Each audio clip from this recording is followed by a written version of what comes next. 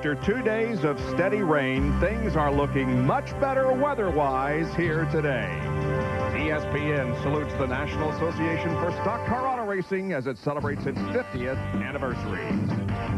Well, the rain is over. In fact, there is occasional sunshine peeking through here today. The crowd's somewhat small. The problem now is cold weather and windy weather. But nevertheless, we're set for 325 laps of NASCAR Winston Cup racing on this Monday morning from Atlanta Motor Speedway. The cars are still covered, but before long, they'll be racing.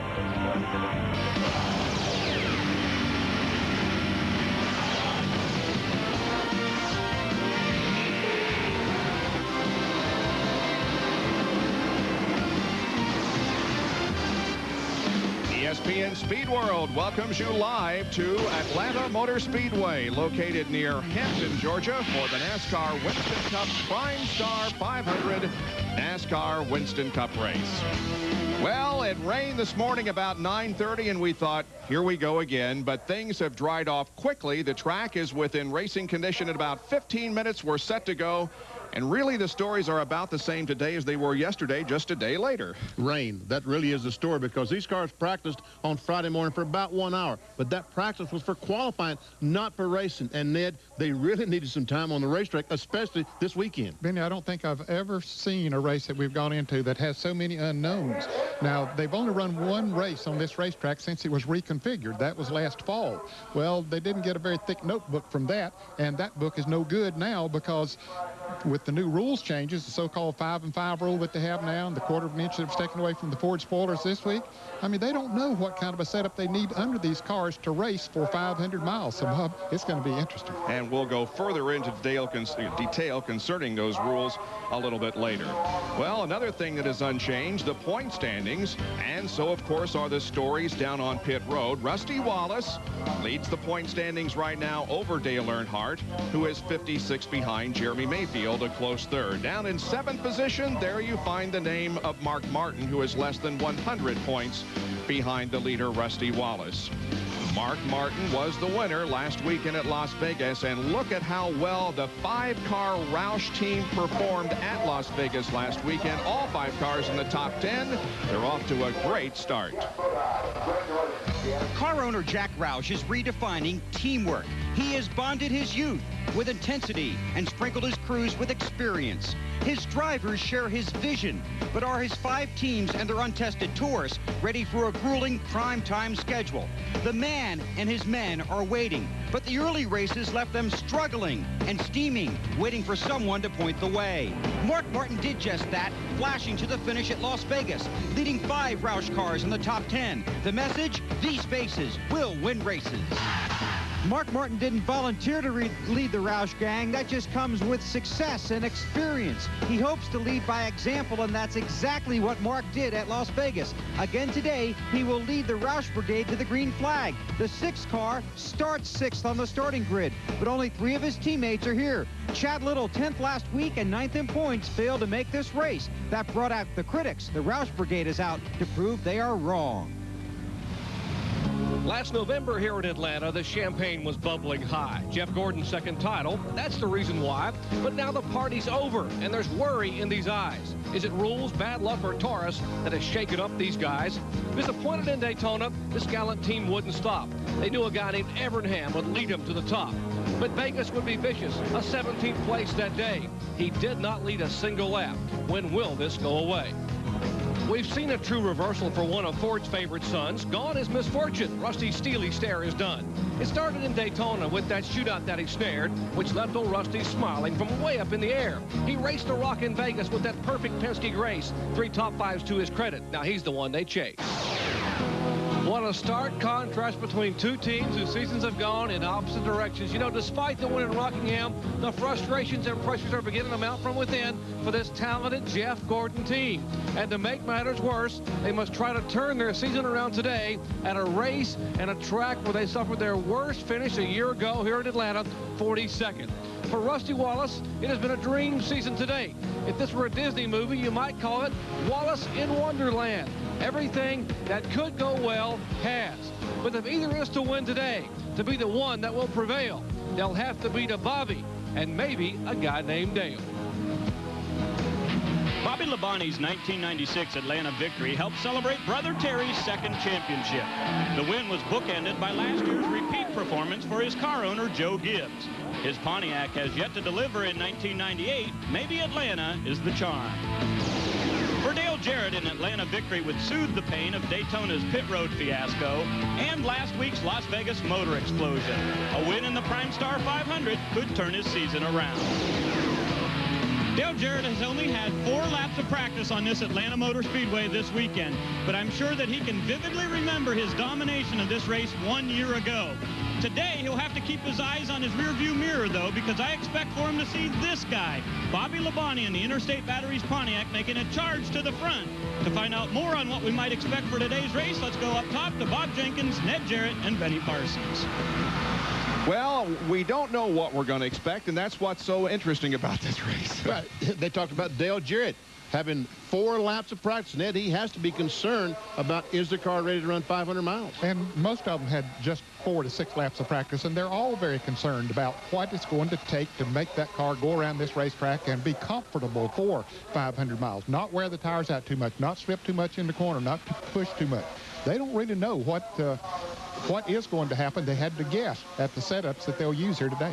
And the setups we're talking about, you say, well, the cars are aerodynamic. Sure, they're aerodynamic, but you have to have a mechanical setup, and you try to get that thing as perfect as you can, trying to get the proper springs, shocks, sway bars, all that other stuff, and it takes a lot of time to do that. That's why they practice so many miles during the weekends, and this weekend, about 10 miles is all they've had. Well, they don't run restrictor plates at this track, and so it is the fastest track that NASCAR Winston Cup cars compete on. Top speed over 192 for an average. Back with more in a moment.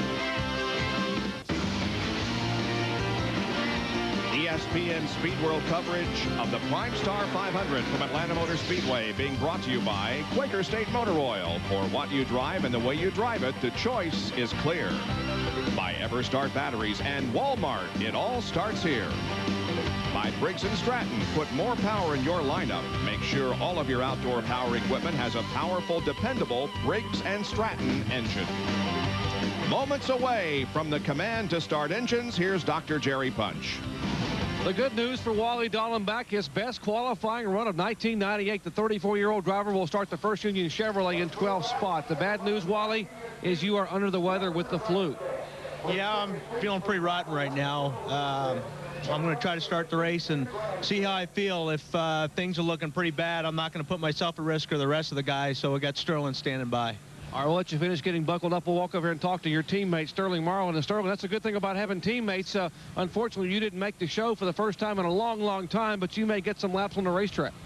Well, you know, once Wally gets the steering wheel where he wants it, I can't get in it because I'm a little fatter than Wally is, and I can't fit in the car. So he thinks he feels better. He can go all the way. And I was home eating breakfast, got to eating breakfast, and the team called and said, come down. Wally was sick. So flew down, and it's going to help him out if we can, but hopefully he can make it.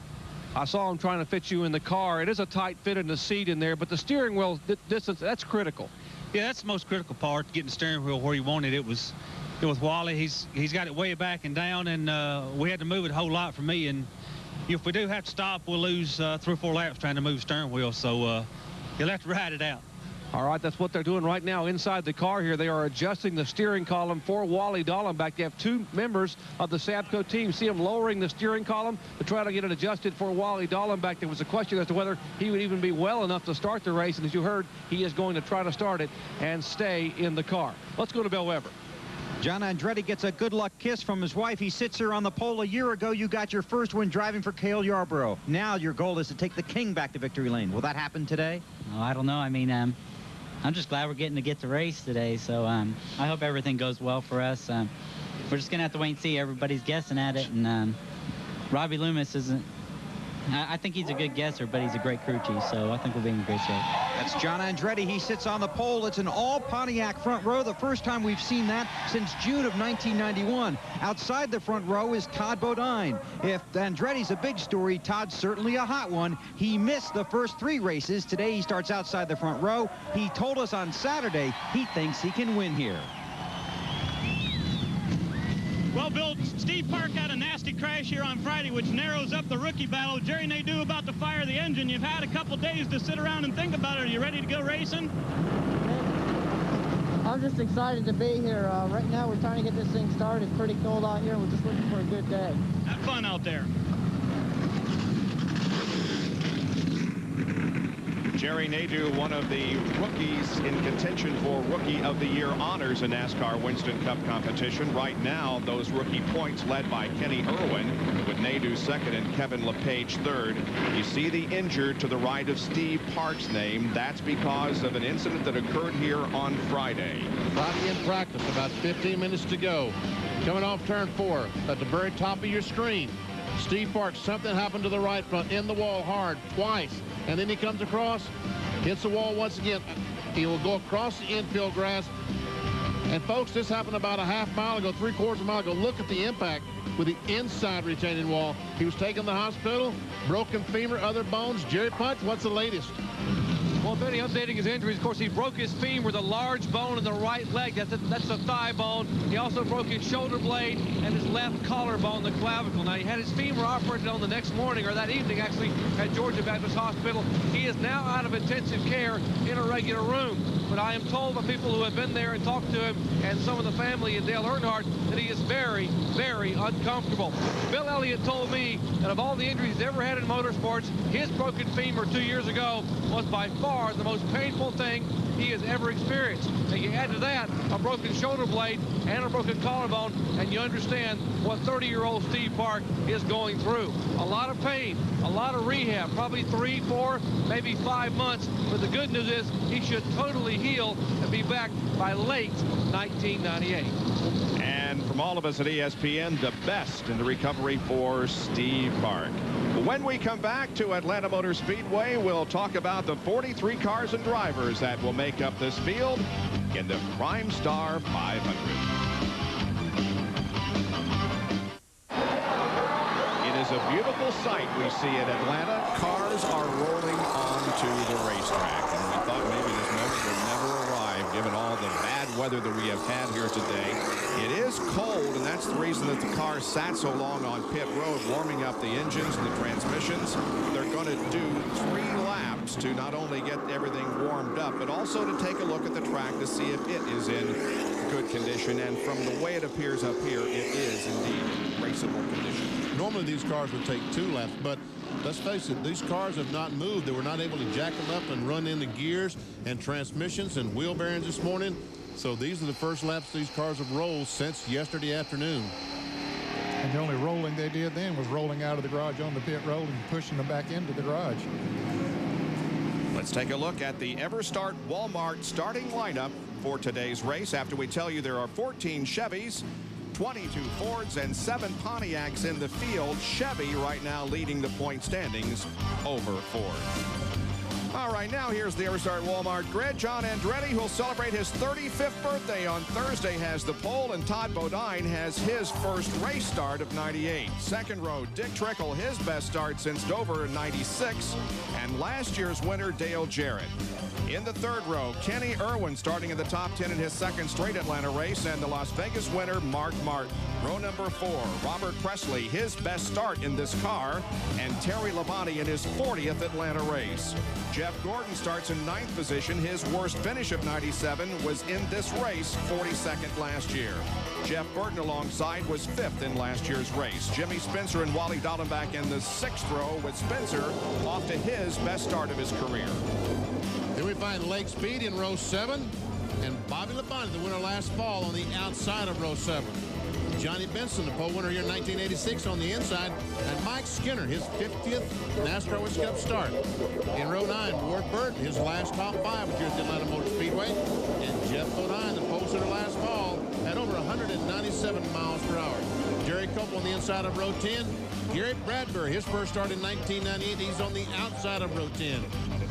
In row 11, Joe Nemechek and Rusty Wallace. What a great start Rusty Wallace is off to in 1998, the points leader back in row 11. In row 12, Ricky Rudd and Kenny Wallace.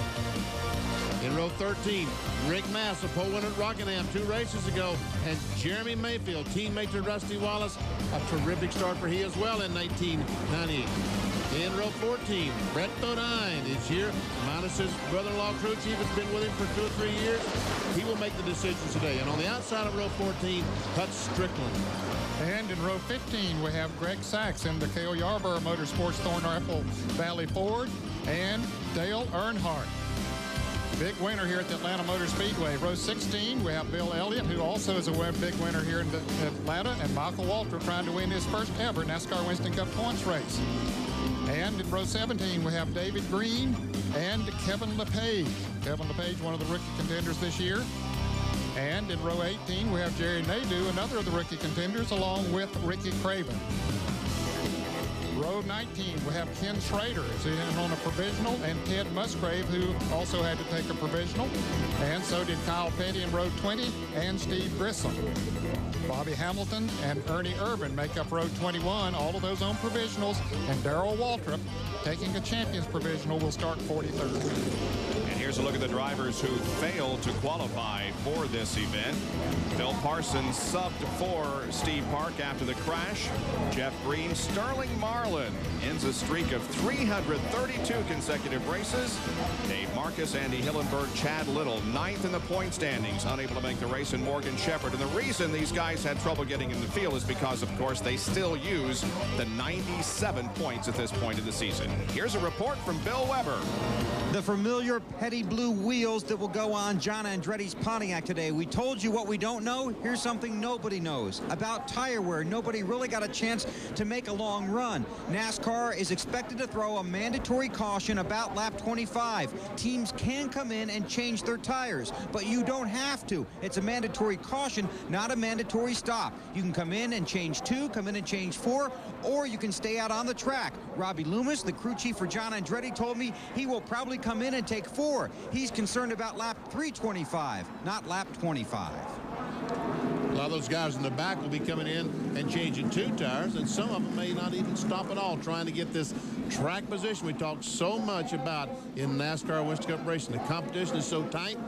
Fields are so tight, passing is very difficult. We updated you on the condition of Steve Park. There were a couple of ARCA drivers injured in their race. Doc has the update. Bob, 53-year-old Bob Kelly injured in lap 1 of that 300-kilometer ARCA race on Friday. He was the most seriously injured of the 2 drivers, suffering a fracture, a compound fracture of his lower leg, fracture of the right heel, broken ribs, a collapsed left lung. Airlifted to Georgia Baptist Hospital, underwent surgery. We are told his condition continues to improve, and he is stable at this point. Now, ARCA veteran Mark Thompson suffered a period of unconsciousness due to the impact in turn 2. He was taken to Southern Regional Medical Center, underwent a CAT scan. The CAT scan of his head was negative. He was kept in the hospital for observation. I'm told they are to repeat the CAT scan, and they don't expect to find anything of significance. No other apparent injuries thus far on Mark Thompson. All right, thank you, Doc. You can see that for a Monday morning, we have a doggone good crowd here at Atlanta, and despite the very, very inclement weather that still hangs around, it's very cold and windy right now. Our race analysis shows that we'll race 325 laps, just a little over 500 miles. Earnhardt has the track record. They'll stop for fuel between 55 and 60 laps. Of course, we will have that caution that Bill talked about on lap 25, and the purse is almost $2 million. Let's go to the onboard cameras. We'll be carrying today Kyle Petty, the Players Incorporated onboard camera. I never see Ted Musgrave's PrimeStar Ford Taurus. Ricky Craven right in front of Ted Musgrave will also be having an onboard camera, the Bud camera. Jerry Nadeau, the First Plus Financial car, will be carrying our First Plus Financial onboard camera, starting back in 35th. And Elliott, his teammate, the McDonald's Ford, McDonald's onboard camera, starting in 31st spot. And our points leader, Rusty Wallace of Miller Lite Ford, has an onboard camera. He'll be starting back in 22nd spot. And this is Derek Cope's Gumout car carrying a Briggs & Stratton onboard camera today. And there's the last week's winner, Mark Martin of Valvoline Ford, with his customary onboard camera. We have an all Pontiac front row. The first time since Michael Waltrip and Rusty Wallace were on the front row at Dover in June of 1991. The green flag is finally about to fall on the PrimeStar 500 from Atlanta Motor Speedway.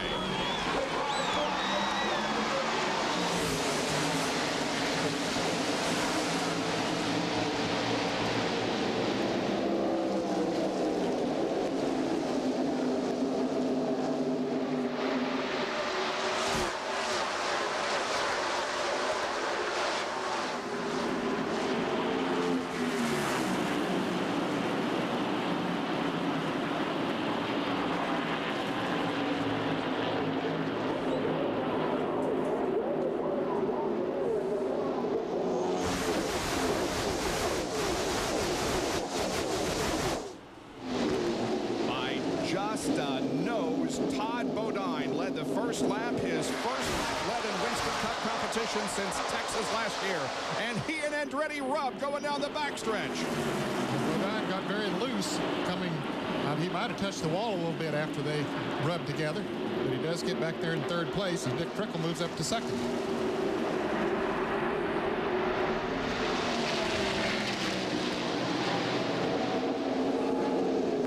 Bonnie on the outside of Mark Martin, trying to take a spot away. You know, it's pretty impressive that Andretti and Bodine ran side by side for that first full lap, and now we'll see some others trying that high group.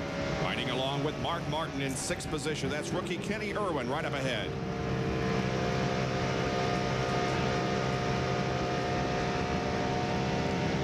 Well, we understand that Todd Bodine did not touch the wall when he and Andretti touched over there, so... And Kenny Irwin goes by Dale Jarrett on the front stretch, takes a spot away. Good qualifying lap for Kenny Irwin this weekend. And a good run so far, already in fourth spot. Front three cars have pulled away from Kenny Irwin. There they are, John Andretti, Dick Trickle, and Todd Bodine. And Bodine has a good run here coming off corner number 4, trying to take second place from Trickle. And he put that on the inside. Looks like he'll have him going into turn 1. He does. The 90 car. Rusty Wallace having some problems. Kenny Schrader, one of the provisionals, already on the back bumper of Rusty Wallace. Rusty shown on 32nd position the last time by. After starting in 22nd, so Rusty's lost 10 spots. You see Steve Grissom coming up on the inside of Schrader. Grissom crashed hard in this race last year, causing nearly an hour delay.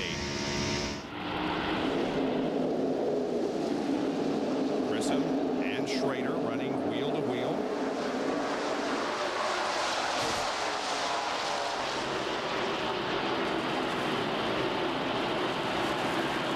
It's Bill Elliott behind Schrader.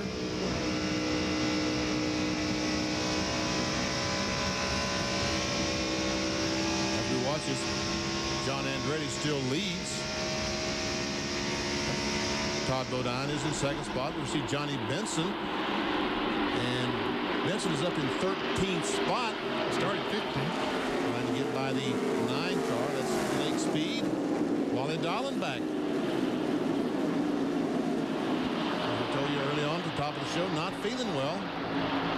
Appears to have the flu. Benson tries to get a run on Lake Speed. Sticks a nose on the inside, then the outside. Looks like Lake is going where he is.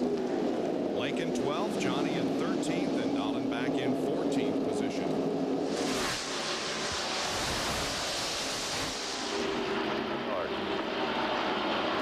Johnny Benson has a run down the backstretch, but I still don't think he's going to be able to get around Lake Speed.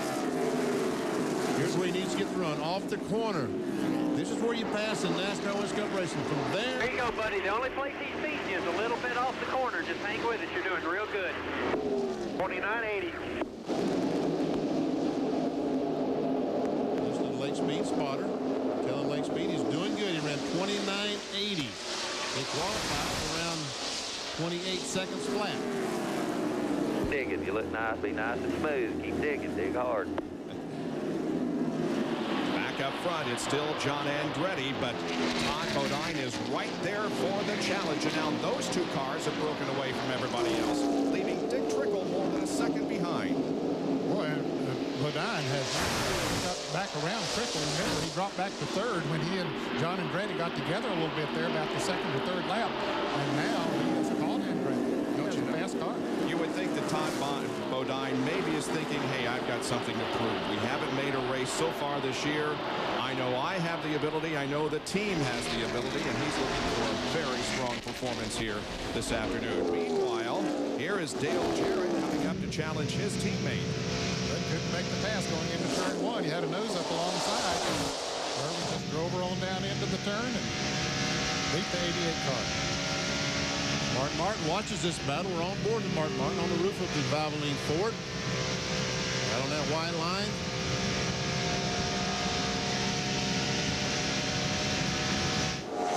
Playing another lap. Four Fords there running together. Dick Trickle, Irwin, Jarrett, Mark Martin, two Pontiacs pulling away a little bit from him. And the challenge for the lead. Challenge for the lead here, Todd Bodine. Takes it from John Andretti, entering turn number 3 at the end of the backstretch. Don't you know that he and his crew, the sponsor, all these folks, are just delighted with the appearance that they're having here in the Atlanta Motor Speedway? Todd has been upbeat about his situation the whole time. He said, we've got a good team. We'll show you've got a good team.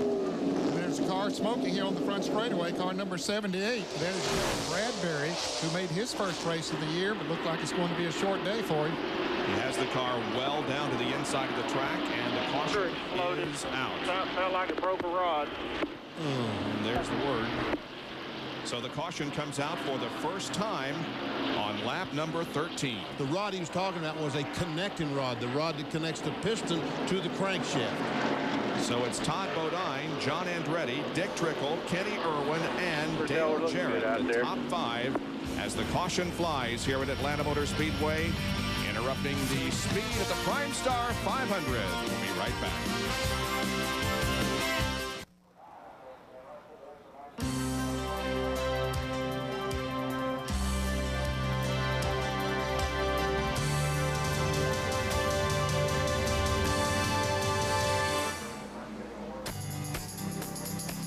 Each race will look back on the past 50 years as NASCAR observes its golden anniversary. The NASCAR 50th anniversary is brought to you by Coca-Cola Classic. Always the real thing, always Coca-Cola. Roger Penske and Rusty Wallace have combined to become one of the most powerful forces in NASCAR Winston Cup racing today. Since the formation of Penske South in '91, the team has claimed 29 victories. But most fans may not know that Penske and Wallace combined several years ago. In 1980, a 24-year-old Wallace was making his mark in ASA racing in the Midwest. His talents caught the attention of Penske, and it earned Rusty a ride in the Winston Cup Series. He made his Winston Cup debut in the spring race here at Atlanta that year, finishing second. In the modern era, no other driver before or since has done that well in his first Winston Cup race.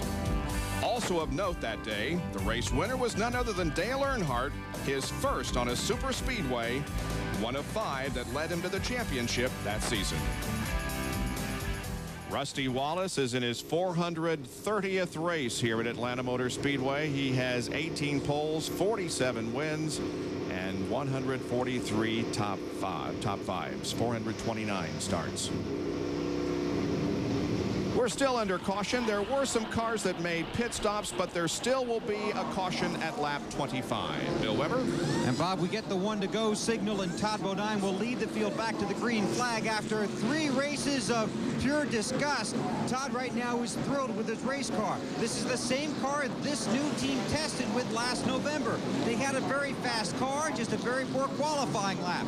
This year, fast car, great qualifying lap. Todd Bodine is leading the PrimeStar 500. John Andretti, who started on the pole, his Pontiac is tight. In fact, he says the rear hops in the middle of the corner. He's tight off the turns. They're going to make an air pressure adjustment on the rear tires. Down to Jerry Punch. When the caution came out, Dick Trickle radioed his crew and said, hey, that's the fastest 25 laps I have ever been a part of. He said, no, Dick, that was just 10 laps. It was a real caution flag, so stay out. They said, oh, man, I thought we were making some time here, but it was only 10 laps, and it was a legitimate caution. How about up in Earnhardt's pits with Ray Dunlap? Well, Jerry, Dale Earnhardt called in and told Larry McReynolds that his car had a terrible push, so they decided to come in and take on 4 tires. They put 1 round in on the track bar, which should help loosen him up a little bit. He has got bad track position right now, but when that 25-lap caution comes out, expect Earnhardt to stay out on the racetrack.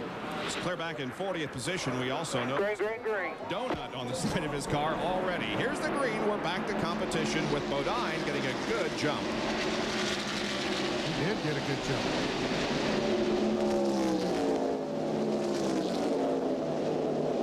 All these cars in the back did make pit stops once again.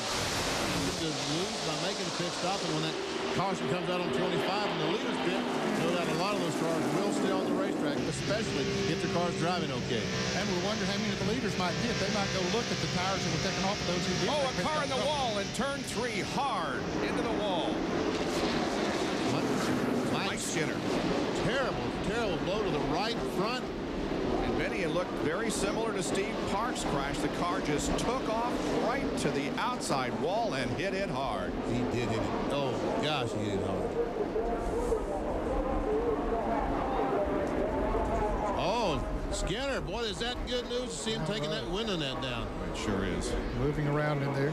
We're trying to get the wind on that down. That's the sign to the safety workers that he is okay.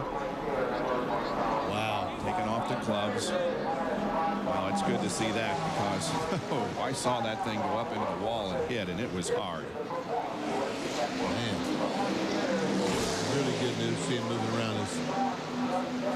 As he's moving around, he's not just, he's trying to take his helmet off. He's trying to get out of that car. He's probably mad at somebody why he wants to get out so bad. Benny mentioned during our driver and starting lineup intros that this was his 50th NASCAR Winston Cup race, and it has not been a good one for Mike Skinner, but he's okay. You see how far that windshield, and Mike sits down beside the car, but the windshield had been knocked over to the left side. Bill Weber? Well, early speculation is that Mike Skinner may have had a tire going down and just talked to the crew. That's what he radioed back to them, that it felt to him like he might have blown a tire, and that's what put him in the wall. And judging from what you guys said, it certainly sounds like it could be a possibility, perhaps running over a piece of debris. But that's the preliminary report on Mike Skinner. As you can see, he has dropped to the ground and obviously is shaken up or has some kind of an injury. Here's from Rusty Wallace is on board. Look way ahead. There it is.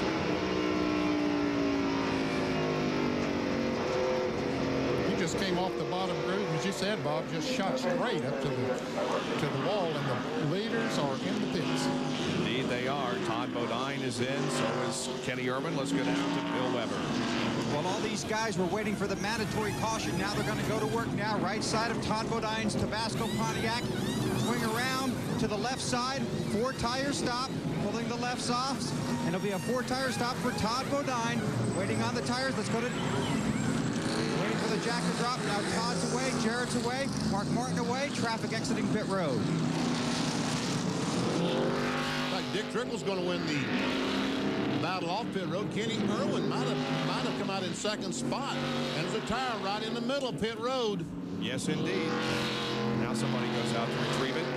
And here's Rusty Wallace finally going out, and he did not have a good pit stop. Apparently made some major adjustments on that car because we had talked about that he was going backwards instead of forwards in the lineup out there.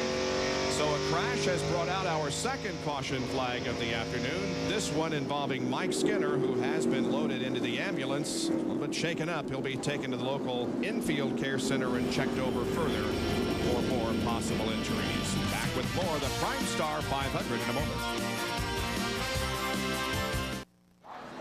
Here's the overhead shot of beautiful Atlanta Motor Speedway, about 30 miles south of downtown Atlanta. And the overhead shots today are going to be courtesy of the Pennzoil Copter Cam, which now has some much better skies to fly in.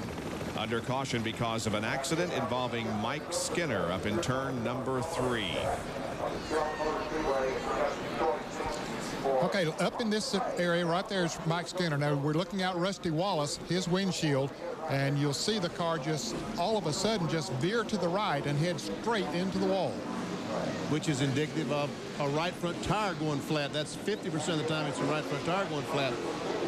There are other things can happen. Something can break on the right front, but obviously something happened to the right front. Mike kept it up against the wall, however, and no other car was involved. No, Mike didn't keep it up against the wall. It stayed up against the wall. There you go. Never see Skinner get out of the car, and he just hurt him too bad to stand there. He said, man, I just want to lay down. And you know he probably broke some ribs in that deal. He's in the infield care center being checked over. Now, we had some pit stops during this caution period, of course. However, there was a lot of track positions changed, Jerry. Well, indeed, Bob, and let me update you on the tire situation. We told you earlier that Goodyear had requested from NASCAR a mandatory pit stop at lap 25 to check the tires, because Goodyear's #1 priority is safety. Their primary concern was the right rear tire. This is the right rear tire off the 88 car of Dale Jarrett. And what they were concerned about was this: the outside shoulder, this inner 2 inches or outer 2 inches of the tire. They were concerned about this new tire they developed maybe having some slight tears that would be grip related, not blistering, but grip. So much good grip that it would tear along the outside shoulder. After 20 laps, we've checked among the leaders, and we have not seen any tearing whatsoever on the right rear. The wear has been very, very good. In fact, we may see another caution flag around lap 50 to let them run 30 laps under green flag to check the tires once again. Let's check in with Bill Weber. These are the tires off Todd Bodine's Tabasco Pontiac. This is the right front, and the team is concerned about some wear on the inner portion of the right front tire. This one actually is not too bad, so they will check it again in a little while. Now, leading this race right now is John Andretti, because he didn't pit. Crew Chief Robbie Loomis thought the mandatory caution would still come at lap 25. When it was changed to 21, he didn't get the word in time. He left his driver out there. Now they have to go to lap 50, thereabouts, before they'll come in and make their stop under the mandatory caution. Back to Jerry. Dick Trickle's pit stop, a good one, but they made a lot of adjustments on the Heilig Myers Ford. Tommy Baldwin and the crew said Trickle had trouble getting the car to turn. It was very, very tight. They made air pressure changes. They put fuel in the car, 4 tires, and 2 rounds on the track bar to loosen the car up. And Dick Trickle should now be able to make a move from 14th starting spot on the restart. Here's a Napa field summary. The first 3 have not pitted at all. 4 through 12 pitted during the first caution, and everybody else there back of that pitted on this most recent caution. And so John Andretti will lead them off the corner onto the tri-oval and a resumption of this race. All 41 cars are on the lead lap.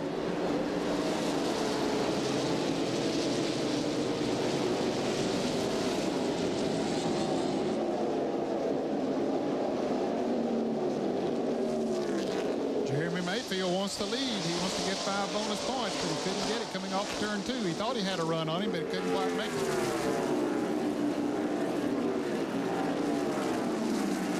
Jeff Bodine and Ken Schrader running second and third and fourth.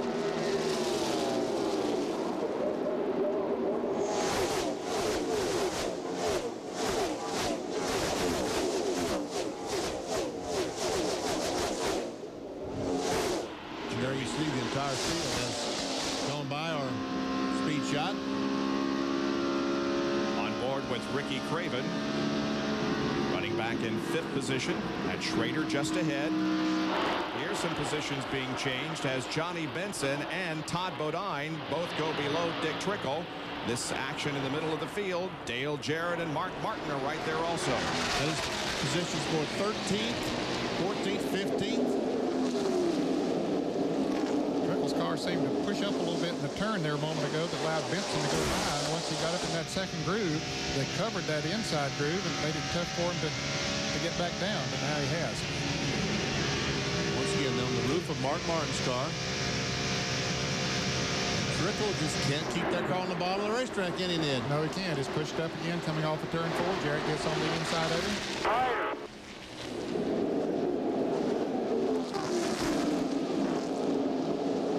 Drives are deep on down in the turns, even though he's on the outside. Mark Martin now comes up to see if he can dispose of. And Jerry has more. just talked to Tommy Baldwin, Dick Trickle's crew chief. They thought they had made adjustments to loosen the car up, but Dick says the car is still very, very tight. Just as you guys are describing, the car goes all the way up across the racetrack. He takes his right hand and pulls the steering wheel all the way over to get the car to turn, and even then, it barely will make the turn, so they're going to have to make some more adjustments on the next pit stop. And that's a situation that you don't want when you've got a possible tire situation. You don't want that car pushing too much, because that right front is one that you want to save. It's like the 75 car of Rick Mast is losing positions, and so is Bobby Hamilton, who's up in the outside lane with traffic going by. If you look like he's really struggling, ever see Hamilton? In the 18 car, Bobby Hamilton had to take a provisional in the Kodak Film Chevrolet. Now currently running in P6 spot. He was up in about 18th last lap, lost that many. If history repeats itself, if he'll keep up with that 18 car, he'll be in pretty good shape before the day is over. Here we have the Wallace brothers. Rusty looking back on brother Kenny. It's 27th and 28th.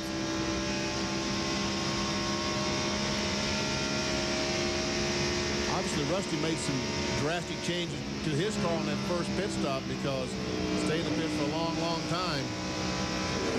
He's way back in the field. Here's Jeff Bodine and Derek Pope as they battle for third position. Ted Musgrave is back in the fifth spot. There we see Musgrave. Pope had a notion, look to the inside, off corner 4, drop behind Jeff Bodine. That's Musgrave. They're trying to get around the fourth place car and Dale Earnhardt's caught on the outside, and cars going by. Yep, he sure is. He's lost several positions in the last few laps. There goes Robert Presley. Remember, Earnhardt was one of those who pitted on that first caution.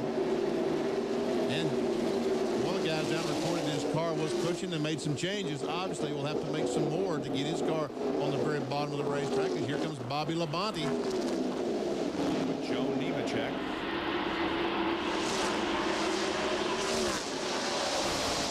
I told you that John Andretti, Jeremy Mayfield, Jeff Bodine have not pitted. But really truly, with the laps that they've been able to run on the caution flag, they should be okay. They'll only have to run about 40 laps of green flag racing. Benson continues to march through the field. He's running alongside Jeff Gordon. And he's trying to pass on the outside here. Ernie Irvin gets by Gordon and now moves up on the outside of Ernie Irvin. And Todd Bodine right up in front of him is also moving towards the front. Todd came out at about 20th position. He now has moved all the way up to 9th position. Mark Martin looks back at this race off turn 4. Goes by the start-finish line. There you saw it, and there you see the battle we're talking about. There's David Green, the Caterpillar car, on the inside of Jeff Gordon. Ernie Irvin in the Skettles car losing positions. Terry Funk is up on the high side. Johnny Benson did not participate in the Daytona 500. He was 40th in points after Rockingham and moved up 10 positions to 30th after Las Vegas as we came here to Atlanta.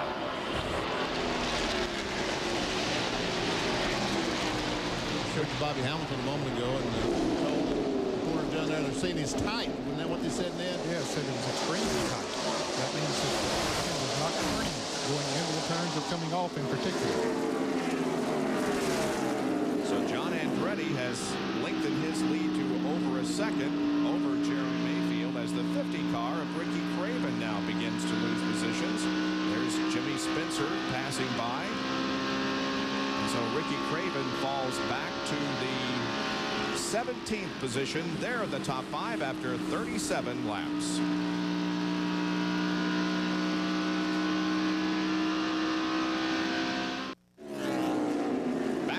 Speedway for the PrimeStar 500, where Jeremy Mayfield has taken the lead from John Andretti. Andretti had a full second lead, and all of a sudden it disappeared, and then he's still second. I'm guessing someone from Andretti's pit, like Robbie Loomis, someone said, John, you're setting too fast a pace. Slow down, and let's just ride there until that pit stop at lap 50, change the tires, and then see how hard it is.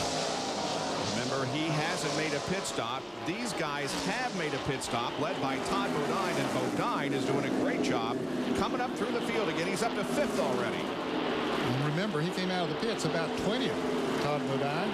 He is really on the move. The 26 car also coming forward. Now the 7 car of Jeff Bodine also has not made a pit stop, and he, as you can see, is losing spots. That's correct. And he's not fighting those cars. He's giving them plenty of room for race. And here's Andretti going for the lead again. Wow. On lap 45, John Andretti has it again. And Benny, if they told him to slow down, he couldn't stand it. Exactly. He called and said, Robbie, look, that's just too slow. I'm going to go faster. And we're only speculating that's what happened.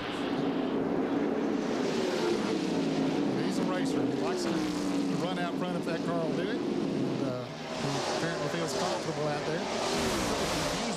We talked to Jeremy Mayfield yesterday during the rain, and he said his setup and Rusty's was exactly the same thing. And today he's been able to run up front, and Rusty has struggled trying to keep his Miller Lite Ford going. Well, we had a report that earlier when we talked about Rusty going backwards, that he just got up in the high lane. He couldn't get back down. Was why he was losing so many positions there early. On board with Mark Martin, who currently runs in 8th position. Let's jump into the Tabasco hot zone and check out the telemetry here, BG. Going down the backstretch, 180, 2, 3, 4, 184 miles per hour. We'll see a little more speed on the front stretch. I guess we won't need it because the wind is blowing down the back. Jeff Gordon and Jeff Bodine are side by side as Gordon takes that position, moves into 11th. Here comes Jimmy Spencer to 12th, and Terry Labonte also will pass Jeff Bodine. And look at this, Mayfield wants it back. Meanwhile, Derek Cope has come along to join the fray. Yeah, remember we saw him back about 5th or 6th there not too long ago, battling with Ted Musgrave and a couple of them, and here he is up there now, ready for the lead. Bill Weber. And as he roars by John Andretti and sets out after Jeremy Mayfield, Derek Cope is making an early race gamble pay off. Remember, they were one of those cars that stopped early when we thought we'd have that mandatory caution on lap 25. Derek finished 5th here on this configuration last fall, qualified 19th, and he's been running this race in his head ever since. He's very confident of his Pontiac and his crew, and he likes this fast configuration. We'll see how it pays off. Still almost 300 laps to go. Now he begins to really pull away from the rest of the field. And Kenny Irwin on the inside of John Andretti trying to take over that 3rd spot. Boy, there was almost trouble. Dick Trickle and the 43 car were about to get together. Todd Bodine right in there as they went by John Andretti. Now look at Andretti, really off the pace. Well, he got up there in that high lane. He couldn't do much about it, Bob. He just had to stay up there until he could get back down. And the caution is coming out right now for the tire deal. It's 49. This will be the 50th lap. Yep, 50 laps are completed, and the caution comes out once again. Watch as they go down in the corner. The 35 goes down, hits the apron, gets the car loose, has to go up the hill to save it, and moved up right in the side of the 43 car. When the left front goes down and touches that apron and you lose that banking, it really upsets the car. Hope he didn't knock the toe in out, the toe in, toe out on the 43 car, because it looked like he hit the left front tire. Well, Bodine and Andretti had a brush in the very early opening laps of this race, and they come together once again as we are under caution number 3, lap 51. I doubt very seriously that any of the cars will stay out. No, I expect even those that stopped on the last caution, I expect they'll come in too. They've run about, what, 30 laps since then? Now, during the last caution, we did have Wally Dallenbach come in as a tire went down on that car just after the green went out, and he has lost 2 laps. But other than that, and the cars that are out of the race, Skinner and Bradbury, everybody's on the lead lap. Here's Jerry. First pit stop of the day for our leader, Jeremy Mayfield, who has not pitted as of yet at 45 miles an hour. 12, 30, and 28, 3 wide. We're going to stack these pit stops, triple split pits. Mayfield's Mobil 1 Ford. The first one to come in, they were debating putting a half a round of bite in the car, and they indeed will. They'll put a handle in the left rear.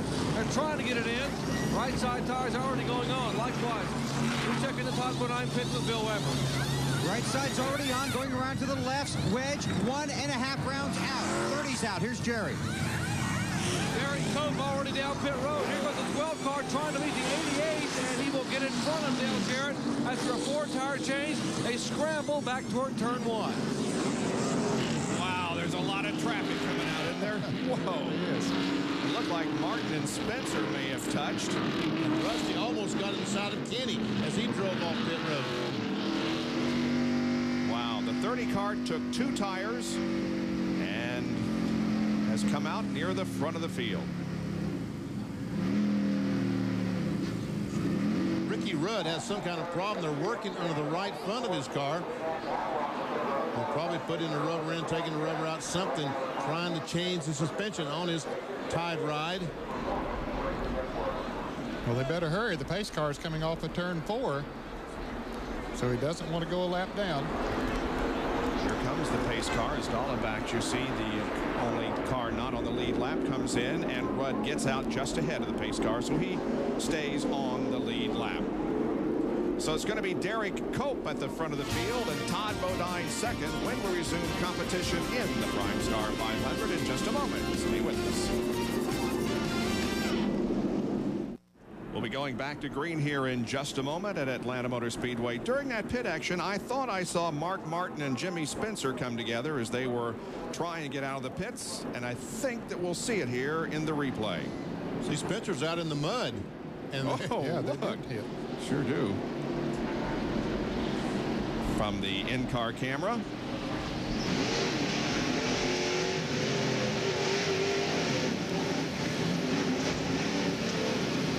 Sounded like there was some contact. Oh, yeah. Definitely. Let's get back on the racetrack. Mark pulled up beside Spencer and looks over and says, hey. I'm sorry about that. Didn't know you were out there. If you read sign language, well, then you know what he said. Okay, let's check the pit stop summary. Jeremy Mayfield was the leader when the pits began. He's now 4th. Derek Cope has moved from 2nd to 1st. Irwin 3rd to 2nd. Todd Bodine 4th to 3rd. And Trickle lost 7 positions in those pit stops. Down to Jerry Punch. We told you the Gummont Pontiac driver, Derek Cope, only made a 2-tire change. He'd actually pitted the very first time on lap 12 and put on all 4 tires. And these are the right side tires that came off that Pontiac. Take a look at the right rear tire. On the inside shoulder, this line right here, that is that grip-related separation or tearing we're talking about. All the way along the inside shoulder, about 2 inches from the edge on the right rear of the 30 car. A lot of teams are looking at this and are a little bit concerned. Green flag comes out, back to racing. Derek Cope is leading his first NASCAR Winston Cup race of 1998, and Wally Dallenbach in the 46 cars trying to get his lap back. Looks like he may do it. Yeah, he does move out in front, and that costs Derek the lead. Kenny Irwin takes a look, and here comes Todd Bodine. Whoa, look at him. And it's Todd Bodine in front. Oh, man. Like he was shot out of a cannon, I'm telling you. That's about the way that Tabasco Pontiac has been running here at this race, like he's shot out of a cannon. Wow. What a terrific run. Todd Bodine is getting off the corners. So Wally Dallenbach's chance to get a lap back against Todd Bodine looks like it's going to be short-lived.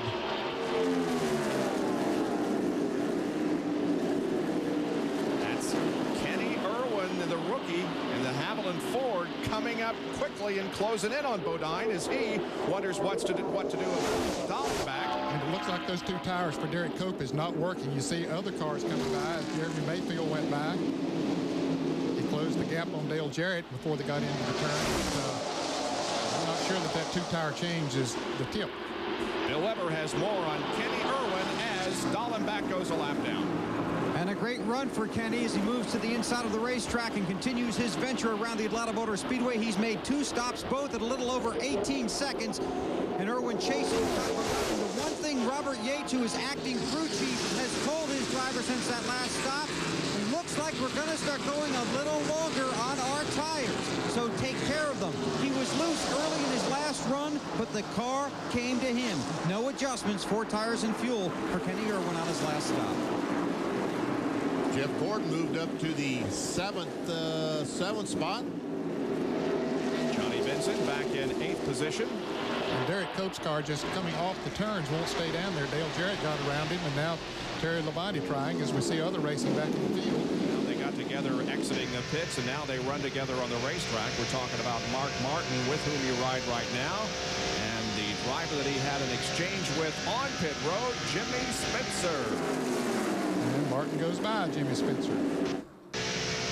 Spencer dives to the bottom of the racetrack to get back to the bottom. Boy, they cover that real estate in a hurry, don't they? If somebody gets on the inside of them, they get back down there as quickly as they possibly can.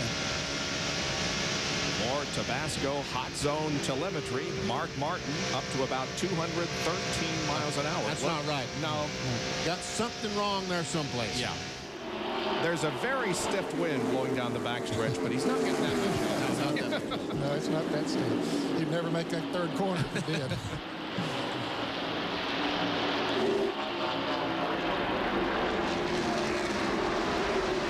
Big trickle. Spencer's struggling right now. Yep.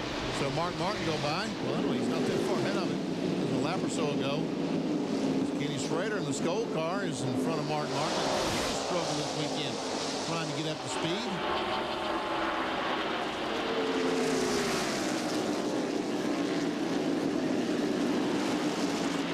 Not able to keep that car on the bottom of the racetrack. See it go up the hill? Yep. Trigger just drives under, so does Jeff Burton. Looked like Spencer's car was loose, Ned. Looked like he was chasing the back end of the car up the hill. Yeah, it looked more that way than a push.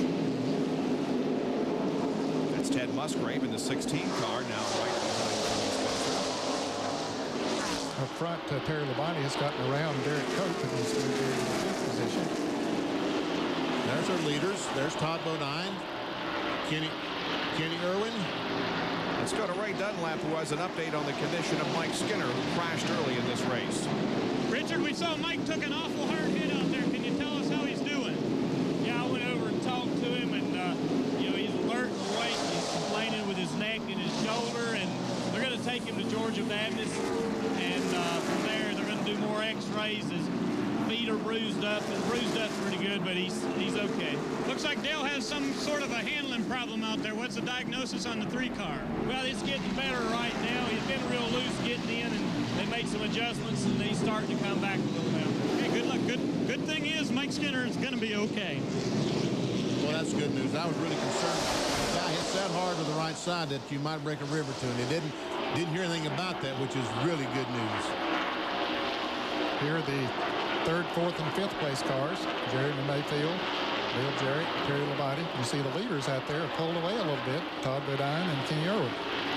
They have about a 1.1 second interval there between themselves and the 3rd place car of Jeremy Mayfield. So Todd Bodine leads. He has led 17 of the 64 laps that we have completed. Kenny Irwin running in 2nd spot, then Mayfield, Jarrett, and Terry Labonte. Back with more live coverage of the PrimeStar 500.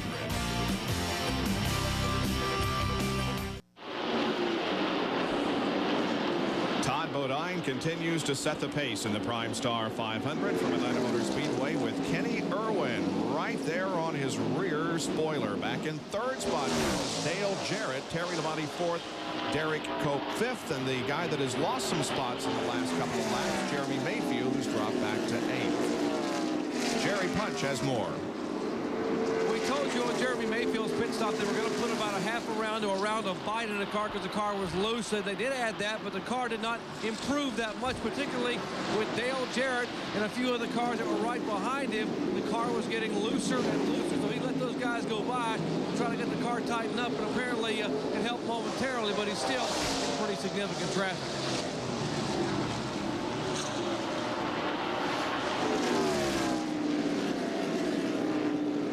Up front, meanwhile, look at Dale Jarrett closing in, and Terry Labonte is also closing in pretty well, but the guy that has really come on in the last few laps is Dale Jarrett, as Johnny Benson and Jeff Gordon run for a while wheel to wheel, and now Benson takes away that position. It will be for 6th spot. We talked about just a moment ago, Dale Jarrett, and he clearly is the fastest car on the track right now. And we see our AutoZone on-track interval. Jarrett running 29.8, 29.9, 30.30, and 3 laps at 30 seconds flat. And meanwhile, you see Todd Bodine has gone over to the 30.1. And Dale Jarrett closes 1.6 seconds behind to 0.9, which is only 0.3 of a second. But he's in hollering distance now. He's right there with them. And they're in traffic. They've caught up to Darrell Waltrip and Jerry Nadeau. Waltrip is running in the 40th position. This is Jerry Nadeau looking back out of his rear bumper at the Todd Bodine. Here he comes off the corner and comes on the outside and just drives right by. Kenny Irwin comes along, and Dale Jarrett heads for the high side and also will put Jerry Nadeau a lap down in 39th position. And there they go from Jerry's perspective. Here they come, and there they went. There they are. Jerry Nadeau's car go uphill, goes in the corner, and up the hill he goes as Terry Labonte goes by. And so does Johnny Benson.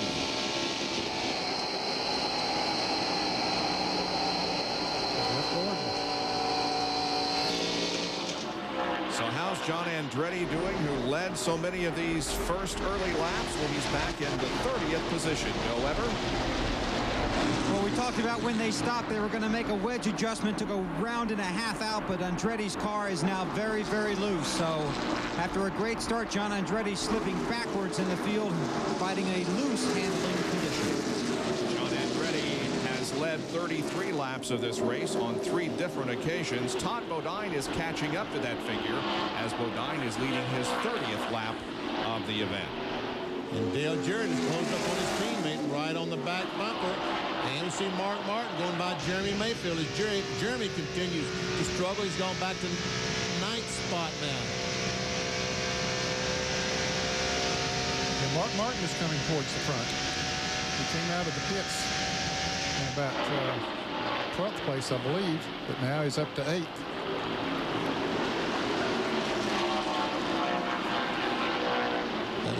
That last lap by, Johnny Benson was the fastest car of the cars in the top 6. But Jarrett continues to be one of the fastest cars on the racetrack, Jerry. Just spoke with Todd Parrott a moment ago on that last pit stop, Bob, when they made an adjustment on the 88 car. They basically changed the track bar, took some bite out to free the car up, and that has significantly improved Dale Jarrett's car. Now, so the car is much, much better now. Obviously, that's proving out with the lap time. Indeed it is, and more from Bill Weber. Well, one thing we haven't pointed out today that we have discussed over the weekend is that Mark Reno is no longer the crew chief on the 28 car for driver Kenny Irwin. It's Robert Yates and Raymond Fox calling the shots along pit road. What they want Kenny to do is follow Dale Jarrett. They want him to follow Jarrett and learn where he's running. And the most concern right now is about the 28 car tires. If Irwin follows Jarrett, he can learn his groove and also learn how DJ protects his tires. Fastest lap that lap was Terry Labonte. Terry Labonte and the Yates car, and there we go. Kenny Irwin goes for the lead, and he has it coming off the corner. And he led the strike, so he gets those 5 bonus points. That will be the first lap that Kenny Irwin has led in 1998. Thing to move over and let your teammate go by when you're in second, but it's going to be a little tougher when you're first. Yeah, you might have second thoughts on that. Of course, I'm sure that they wanted him to get up there and lead a lap and get those 5 bonus points. Helps out in his rookie standings and all of that as Darrell Waltrip comes into the pits. And so does Hud Strickland. And Jeff Gordon has a problem and heads down pit road. This would be an unscheduled pit stop. He was running in 11th position, but now relinquishes that to come in for the stop. Ray Dunlap. Well, Jeff Gordon's 24 car is on pit road. They're going to the right side, guys. They're going to put tires on there. It looks like this will be a 4-tire change, but very costly under green. They will go to the left side now. 4 tires on this stop. Could be trouble, but other cars are getting ready to come down pit road. And the 24 car has been clocked for entering pit road too fast. NASCAR official standing in front of him, giving the penalty. That's why he's not moving. Oh, man, that's going to be a tough situation there for him as the leaders are in heavy traffic. They've lapped the car of Ricky Craven. Now they get back out on the inside. inside, and Terry Labonte and Johnny Benson are catching up to the leaders now. And Jeff Gordon is going to go 2 laps down as here come the leaders as Jeff just comes out of the pits. And Jimmy Spencer is off the banking heading for pit road. David Green is going out of the pits now. Rick Mast is in the pits. I said unscheduled pit stops. Well, it's certainly earlier than they wanted to come in, but maybe the tire situation dictated it. They've been about 30-some laps since the green flag waved. Ray Dunlap. Well, Jimmy Spencer's No Bull Taurus is in, but it looks like trouble as the hood is going to go up on the 23 car. The crew didn't even bring tires across the wall, and folks, that's always a bad sign. Jerry Punch. Unscheduled pit stop a moment ago for Joe Nemechek, and let me show you what drivers and crew chiefs did not want to see. This is the inside shoulder of the right rear tire, and folks, that right there, that is the cord showing. So the grip is so good at this racetrack, it is literally ripping the rubber apart. There were a half a dozen crew chiefs here who came down and looked at this tire and went back and are now telling their drivers, if you feel anything, come on the pit road. Let's not chance it. Come in, we'll change them, and then we'll let you know whether it was a good or a bad call. Wow, that is something that will be of concern to all of us here as the laps tick away in this event. Well, Kenny Irwin continues to lead. He comes up to try to lap the 42 car of Joe Nemechek and put him 2 laps down. Joe is already 1 lap down in 34th spot. Kenny Irwin has finished 19th, 26th, and 36th in the first 3 races of the year, and Johnny Benson has moved himself up to 4th.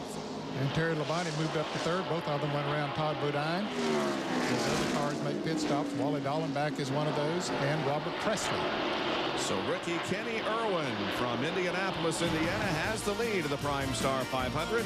We are 86 laps into this 325-lap event. We have a new leader at Atlanta Motor Speedway as Dale Jarrett has passed his teammate and now is in the lead. He becomes our 6th different leader of the afternoon. We have had 9 lead changes. Pit stops occurring. Terry Labonte drops out of the top 5 for a tire change. Ray Dunlap. Well, Bob, their first pit stop was terrible. They lost about 8 positions after an air gun jammed on them. But the second pit stop, they picked those positions back up. They're hoping for a fast one here. They definitely want to do it under green, though, because they saw Jeff Gordon's right rear's tire was totally 17.9 seconds. A good stop for the Terry Labonte team as he's back in the contention. And he was one of the fastest cars on the racetrack. He was running in 4th position before he made his pit stop. And this is how Dale Jarrett became our 6th different leader of the afternoon. Came off of turn 4 and dipped to the inside, and I think Kenny Irwin backed off and let him go right there. Didn't fight him going into the turn. In the first 3 races of 1998, Dale Jarrett has certainly been behind last year's performance, but he's certainly beginning to turn things around. Also, last year was 3rd in points coming into this event. This year he's 27th. Hasn't led nearly as many laps. And look at the average finish difference between last year and this year. But as I said, Jarrett is definitely beginning to get things, it would appear, in order. We might mention that Jimmy Spencer has dropped out of the race with a blown engine. That is significant damage to him because he came in 4th in the point standings after recording 2 top 10 finishes at Rockingham and Las Vegas and a 15th at Daytona. Here's the 26 car of Johnny Benson, who's running in 3rd position, about 3 3/10 seconds behind the leader. Right now, the first 6 cars are the Ford Taurus. As Dale Earnhardt in the Chevrolet is on pit road making the 4 tire change.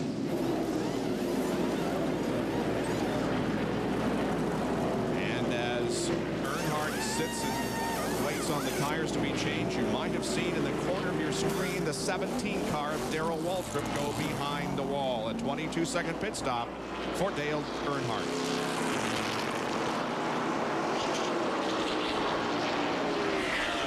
So they've run about 47 laps since that 50-lap caution. They're thrown. They haven't run that many green flag laps. They're going to run a few under caution.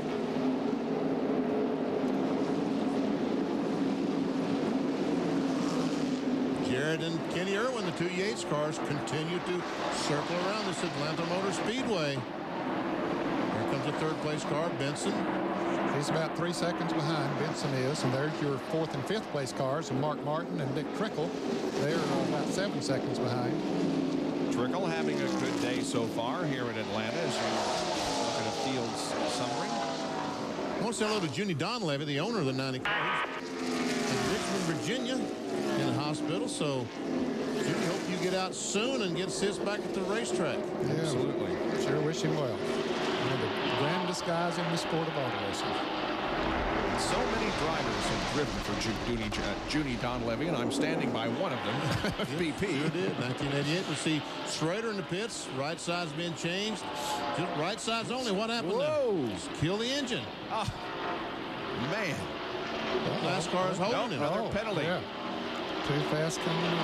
NASCAR is watching the speed violations, aren't they? Sure are. On green flag situation, you have a tendency to speed because every second that you can make up is about a football field. So it's a lot of space as Benson comes off the racetrack on the pit road to make his stop. And Johnny, my advice is don't speed. Yeah, be careful.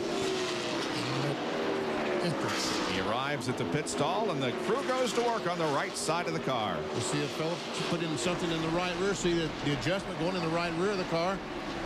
And thought we was going to have another lead change, but not this time. The leaders have slowed down quite a bit from what they were running.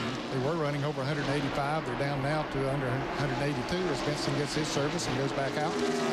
Down to Jerry Punch. Expecting our leader, Dale Jarrett, to pit this time with the tire wear we showed you from Joe Nemechek's car, Robert Pressman and others. Todd Parrott said we cannot afford to go more than 50 laps. We pitted on lap 51, so 50 laps later we're at lap 101, and both of the Yates cars come down pit road at 45 miles an hour. A lot of concern. Todd Parrott said we had to stay out 50 laps, and indeed they have.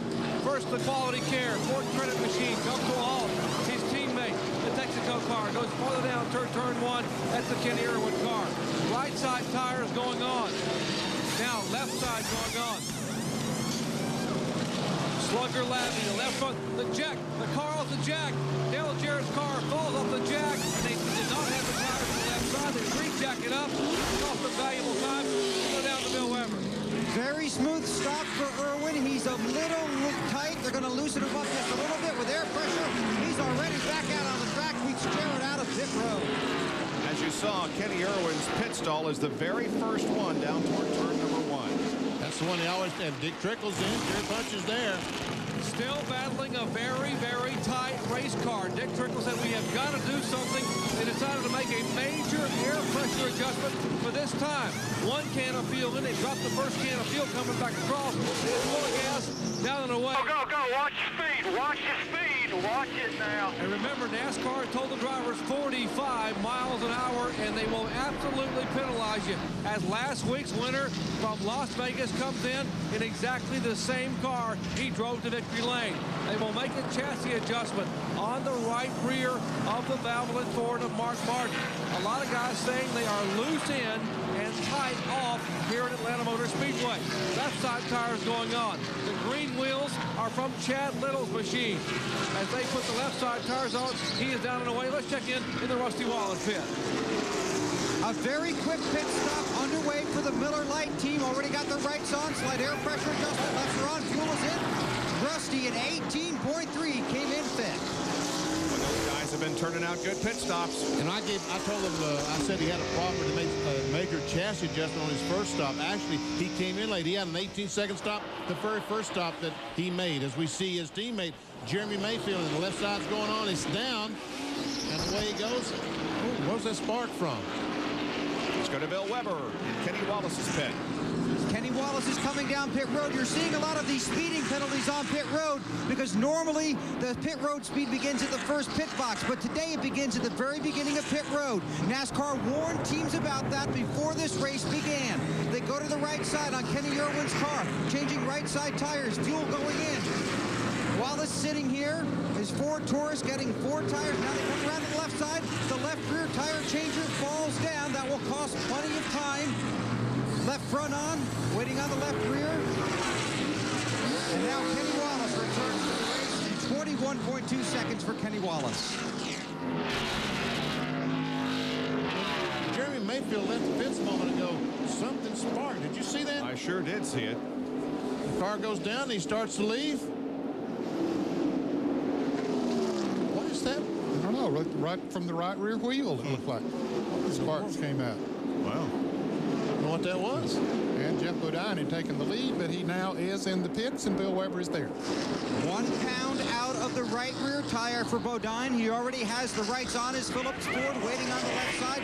Plenty of fuel already in. Of course, fuel not a factor. These guys stopping now because of tires. 107 laps on the board. A long stop. He's obviously stalled the car. They're going to try and push it to get it restarted. He refires, slides out of pit road, and returns to the race. That completes the cycle now as everybody has made a stop. And on the racetrack, it's Johnny Benson in the lead. And he has company right on his back bumper as Kenny Irwin trying to take over the lead. Todd Bodine is back up there now. Remember, Todd made an earlier pit stop, and here's Irwin going for the lead. Wow, impressive performance here by Kenny Irwin. He does take the lead from Johnny Benson. I hope those aren't raindrops we see there on the camera lens. And here comes Todd Bodine to second. Sure looked like it, didn't it? Yes, it did. And here comes the 3rd and 4th place cars. That's Terry Labonte goes into 3rd spot by Benson. Here comes Dale Jarrett. He will go by. And Dick Trickle also in the battle. He's going to go by. Benson from 1st to 7th, Doc. And the worst wear we've seen so far, I should say tear we've seen so far, came off of the right rear of last week's winner, Mark Martin's Valvoline Ford. Take a look. The cords completely exposed all along this tire. Now, Goodyear engineer Tony Freund was in their pits to look at these tires. He was right on the top of it, and he says, you know, we are showing some tearing from the grip related to the racetrack. But they have told the teams as rubber gets laid down because of the rain in a green racetrack, this should improve. They think this probably happened early in their 50-lap run, and they're hoping it will improve before the next pit stop. But certainly, this has to be frightening to some of the teams. Boy, you would certainly think so. Well, the Johnny Benson car now drops back to 6th position, and now a challenge mounted by the 93 car, but the 93 car, or the 98 car of Craig Sachs is not on the lead lap. He's a lap down in 33rd position. 111 laps are completed. It's Kenny Irwin, Todd Bodine, Dale Jarrett, Terry Labonte. We'll be right back.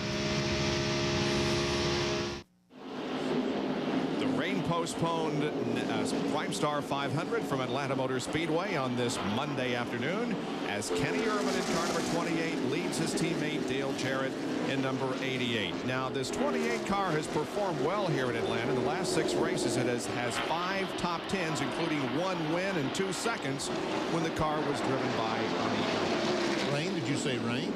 Yes, it looks like that there are light raindrops. A few raindrops on our camera lens. Yep. And we see Brett Bodine, the Paychecks car, right in front of the leader. Kenny Irwin, he is back in where? 29th spot? 29th. Brett Bodine, last car on the lead lap.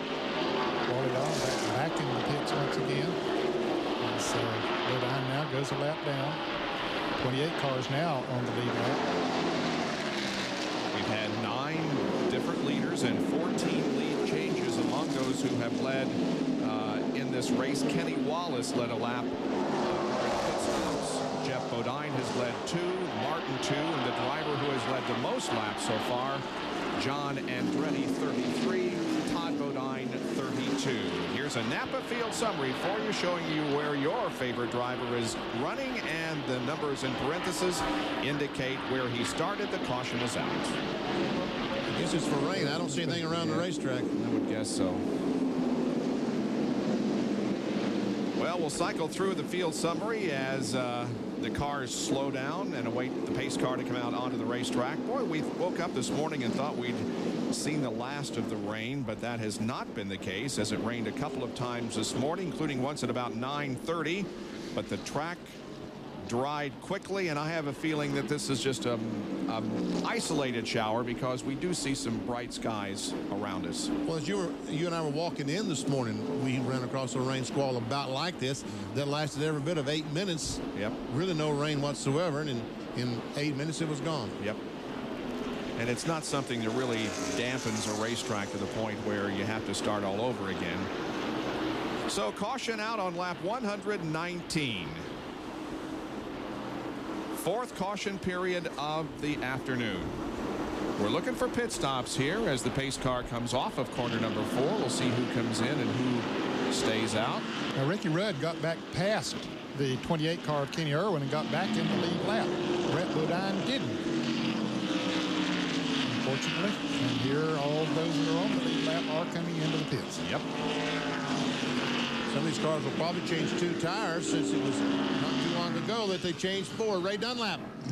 Well, that's exactly the case right here. We thought for a minute in the Terry Labonte pits they were going to go for 2, but Andy Graves said, no way, we got to have 4 tires. So they'll go with 4 fresh Goodyears. Now down to Bill Weber. The leader, Kenny Irwin, on pit road. Extra man across the wall to clean the windshield. 4 tires stop. No chassis adjustment. Irwin with the number 1 stop on pit road.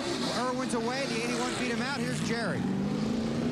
We told you earlier that the 26 car had led a lap and then began to falter. We wondered if they had a problem with the engine, possibly. Steve Mills says, no way. We wanted to lead a lap, and then we told our driver, Johnny Benson, to make sure that you understand the tires are not lasting very long, so back off, take it easy and save the tires. We'll have enough car later on to lead. That was what they did. Just backed off after leading 1 lap to try to take care of that right rear tire. Not a bad plan, I'll tell you that. Not at all. So everybody has his pit stop completed here among those on the lead lap. We'll take a break and be back with more live coverage of the PrimeStar 500 from Atlanta Motor Speedway.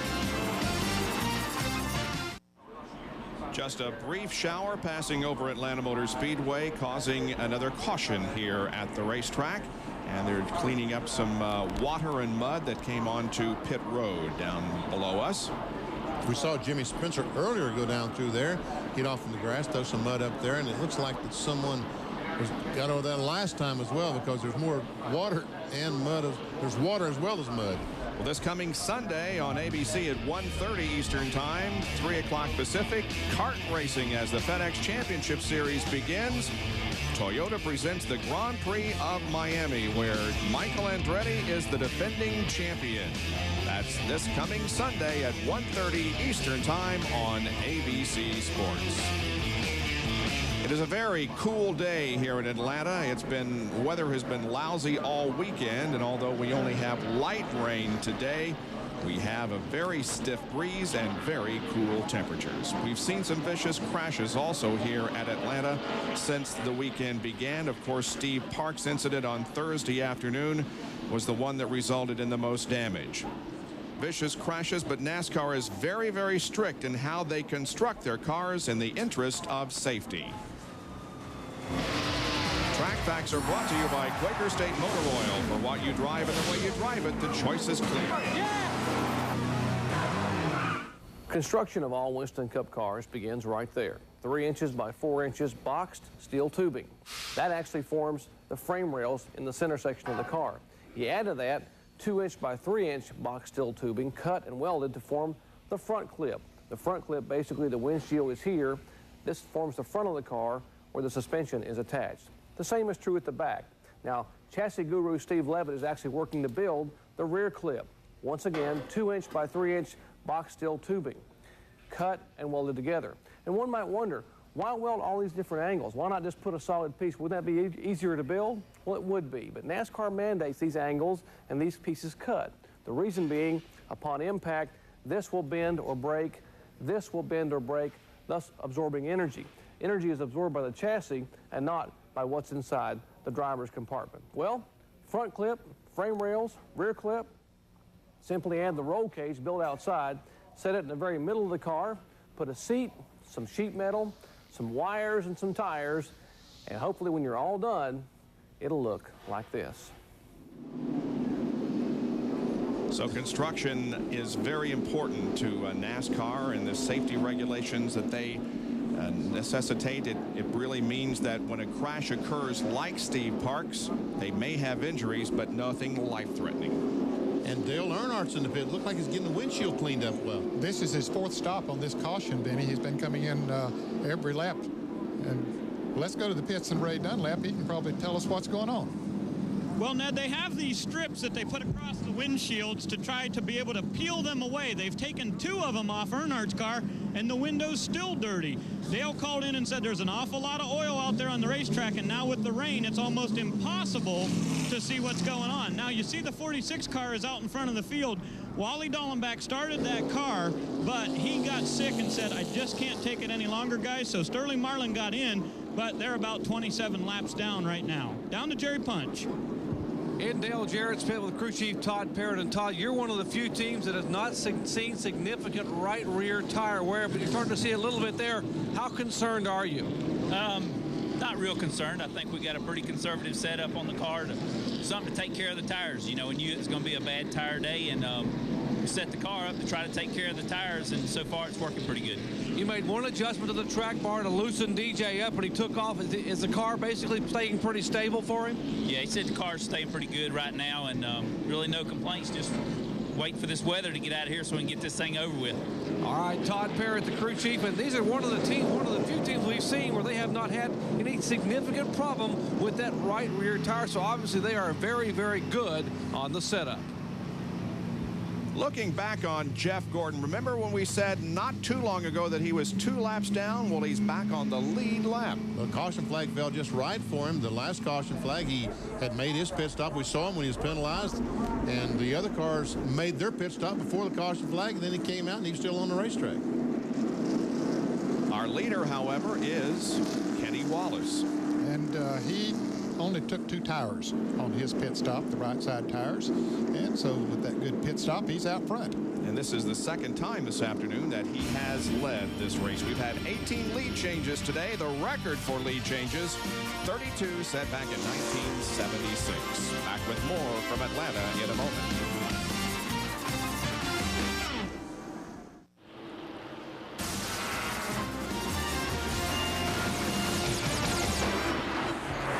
ESPN Speed World today is live at Atlanta Motor Speedway for the NASCAR Winston Cup PrimeStar 500. RPM tonight, all this week, originates from Homestead, Florida, where the FedEx Championship Series will begin its season next Sunday.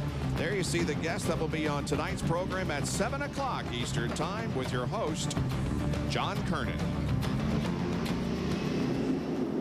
In one more lap, we'll be going back to green. Down to Bill Weber. And I climb up on the top of the pit box to talk to Robert Yates, the car owner for Kenny Irwin. He's talking to his driver and some of his crew members are talking over tire pressures. Great day for you, Robert, and your young driver, Kenny Irwin. Yeah, got a ways to go, and I've seen this show so many times. You know, you get, we just don't want to get over our heads. You know, we don't have to win this race today. We just want to get a good, solid run. And he wants to get back to talking to his driver. They said their biggest problem so far today has been keeping Robert Yates calm. Here's Ray. Well, Bill, we were talking about what Dale Earnhardt saw out of his race car. You're looking through the piece of film that was actually on the car. Now, the problem is the back side of this actually is sticky. That's what holds it onto the race car.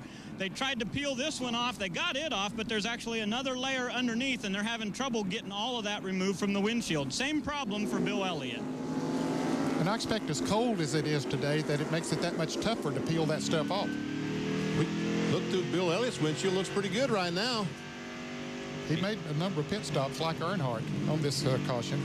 So did Ricky Rudd, and both of those cars will be at the tail end of the lead lap, their 28th and 29th, as we go back to racing. Kenny Wallace, Kenny Irwin, Dale Jarrett, Todd Bodine, and Dick Trickle are your top 5, and Greg Sachs drops low on the track. Apparently missed a shift or something went wrong. He just got out of the way, which was a smart thing to do.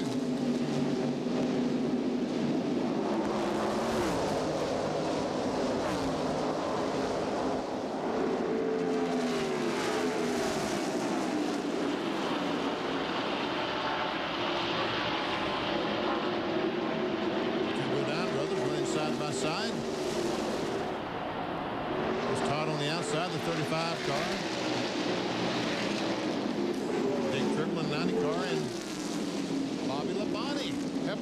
about Bobby Labonte today. The State Pontiac is creeping right up there, running in 6th place now. He won here last November. 2 wins and a 4th in the last 3 races here for Bobby. Look at Kenny Irwin close in on Kenny Wallace. The 28 car just looks fast. The way it's going through the corner just looks fast. He's been fast all day. Jerry, what happened to Greg Sachs there on the start? Bob, as you might expect, they lost 3rd gear on the restart, so he only has 4th gear, which will affect him there and every restart for the subsequent part of the day. Now, Greg is already 1 lap down in 35th place. It looked like Kenny Irwin had a notion to try to make a pass. I think he's got still a notion. He's just waiting for the moment.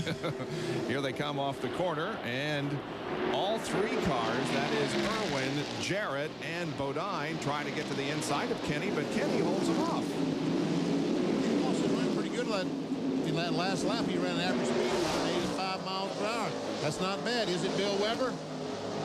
It certainly isn't, BP, and I walked into the garage area Friday morning, and Kenny Wallace and his crew were all over our crew because they've been having good runs. And they said, look, we're having good runs. When we get up front, show us. And I said, yeah, but look at your 2 finishes.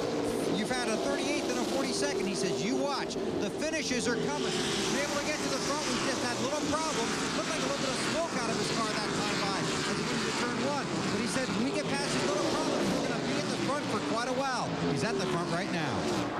Kenny is one of 10 drivers who have led this race so far. Here's a Napa field summary for you. Wallace up from the 24th starting position.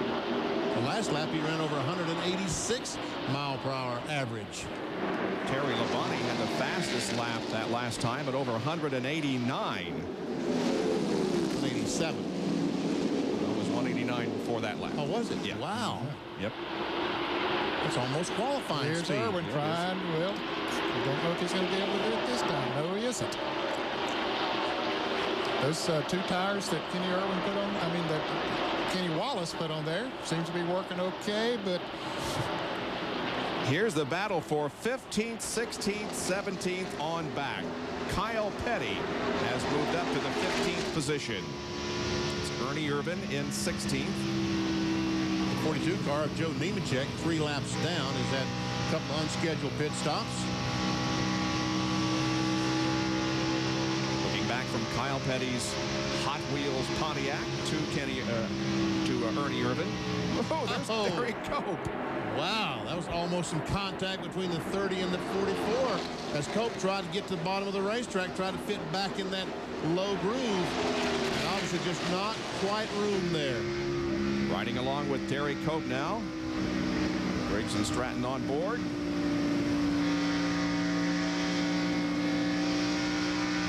Well, his windshield is a little tough to see out of, too. And here's Irwin now trying to get down on the inside. He might make it this time. Got a good run coming off the corner. Looks like he's going to pass by Kenny Wallace. Now we have 5 cars lined up there to the inside of Wallace. Yeah, Wallace is probably going to wind up in 6th place. Well, I don't know. Maybe he gets back. No, he didn't get back in. I thought he was going to get back in for a moment. Yeah, he's going to wind up in 6th place. Terry Labonte with a good run. In 5th spot now. 10 different leaders, 19 lead changes. And a Chevy has never been up front. Nary a Chevrolet today, so it looks like that the wind tunnel, by the way, we're being told that tomorrow morning the cars, a Pontiac, a Ford, and a Chevrolet will go to the wind tunnel, and NASCAR will be in there for about 12 hours tomorrow, getting documentation to find out which car has the most downforce, the best drag. Is that not right, Jerry Punch? Vinny, that's exactly right. NASCAR has a 12-hour window to use the wind tunnel in nearby Marietta, Georgia. They have a big black trailer in the back of the garage. They will load the top brand from each of the finishing manufacturers that you said, Ford, Chevy, and Pontiac. However, this morning in the garage area, there was a lot of lobbying being done by crew chiefs from all 3 makes asking NASCAR to take a second set of cars, maybe from the 10th through 20th place finishers, maybe even a 3rd set. NASCAR is contemplating those suggestions. Well, NASCAR, of course, wants to keep everybody on a level playing field, and about the only way to do it is to take 3 representative cars to the tunnel and get the actual statistics. Labonte went back there on that last lap. He got out of the groove and several cars. Well, Mark Martin got on the inside and passed him, and then several others went by. Same situation we saw with Kenny Wallace. He went back to 6th. Bobby Labonte went back to 10th position. Rusty Wallace, the points leader, is in 11th. So Rusty Wallace has made quite a comeback today. He struggled at first when he threw the green flag. He went back to about 30th spot, but now he's worked his way back and is up once again in the 11th spot. Let's try the Tabasco Hot Zone. About 176, 178. We'll see how much it goes down the corners. Down to 156 I saw as he comes down the back stretch. Boy, you don't see any brake lights, do you?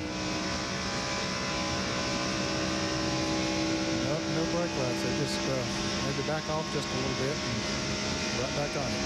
Whoop, there he touched it. Yep. That might have been just to set the car. Yep. So he and Bobby Labonte having a pretty good battle here for the 10th spot.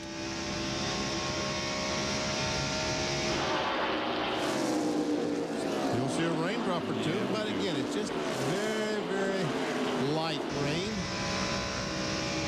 Can't even see anything on the windshield of Rusty Wallace's Miller Lite Ford. In fact, you can see some bright sky there up ahead of Rusty.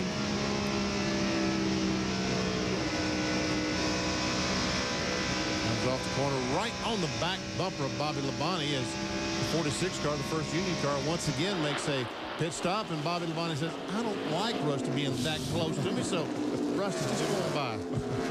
So Rusty moves to 10th. There is the lead held by Kenny Irwin. Jarrett right behind him.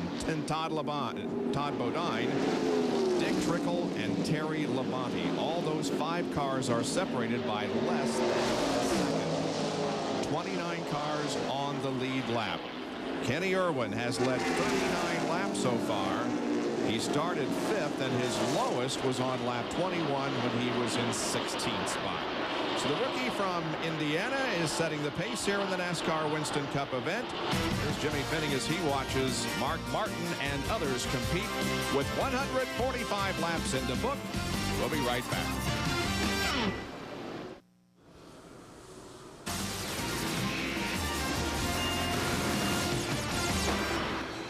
ESPN Speed World welcomes you back to the PrimeStar 500 at Atlanta Motor Speedway. Rain postponed from yesterday. We're nearing the halfway point. These overhead shots, and there you see the first 4 cars, courtesy of the Pennzoil Copter Can. That's Irwin, Jarrett, Todd Bodine, and Dick Trickle. They pulled away just a little bit from Terry Labonte, who is running in the 5th position, but he's watching what's going on up there. Kenny Wallace still running back in 7th spot. Mark Martin hasn't been able to get by. Moving to the 6th spot. First 4 cars awfully, awfully close. Yes, they are. And Kenny Irwin has led the most laps so far. He's about to lead his 46th lap of the race. Dick Trickle hanging right in there in 4th place. He's having a great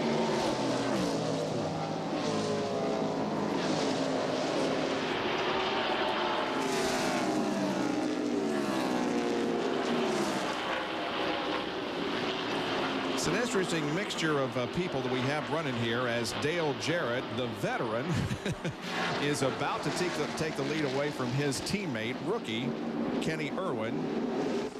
Driving like a rookie today, is he? No, he is not. Very good running. Todd Bodine, who struggled so much all year in the Tabasco Pontiac, has not qualified with the first 3. Qualified so well and has run so well here today. And then you talk about veterans, and the first person you think of is the guy that's running 4th, Dick Trickle. Never has won a NASCAR Winston Cup. Looking good, bud. Slay all around. Just go right there. You're right there in the midst of it. You're right there amongst them. Dick Trickle's ready. Yep. He is right there amongst them. Yep.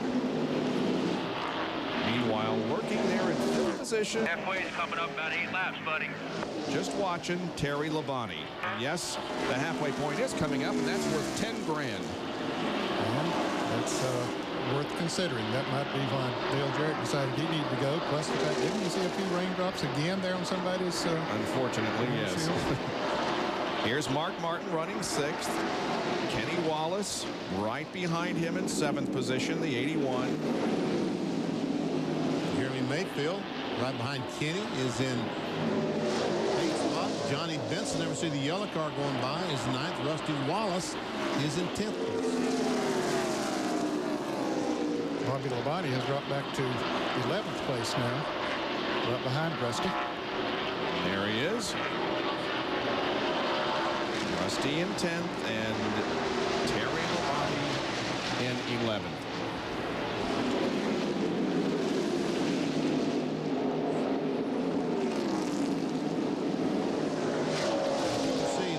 Competition is very, very close to this racetrack. Sure, this guy is back in 11th spot, but he was only 4.5 seconds behind the leader, Dale Jarrett. He's been down as low as 28th in this race. Here comes the 99 car of Jeff Burton. We haven't talked much about Jeff today, but he is close to the top 10. He's running in 12th position right now. Dick Trickle just went high into turn 1, very high, and is slow going down the backstretch.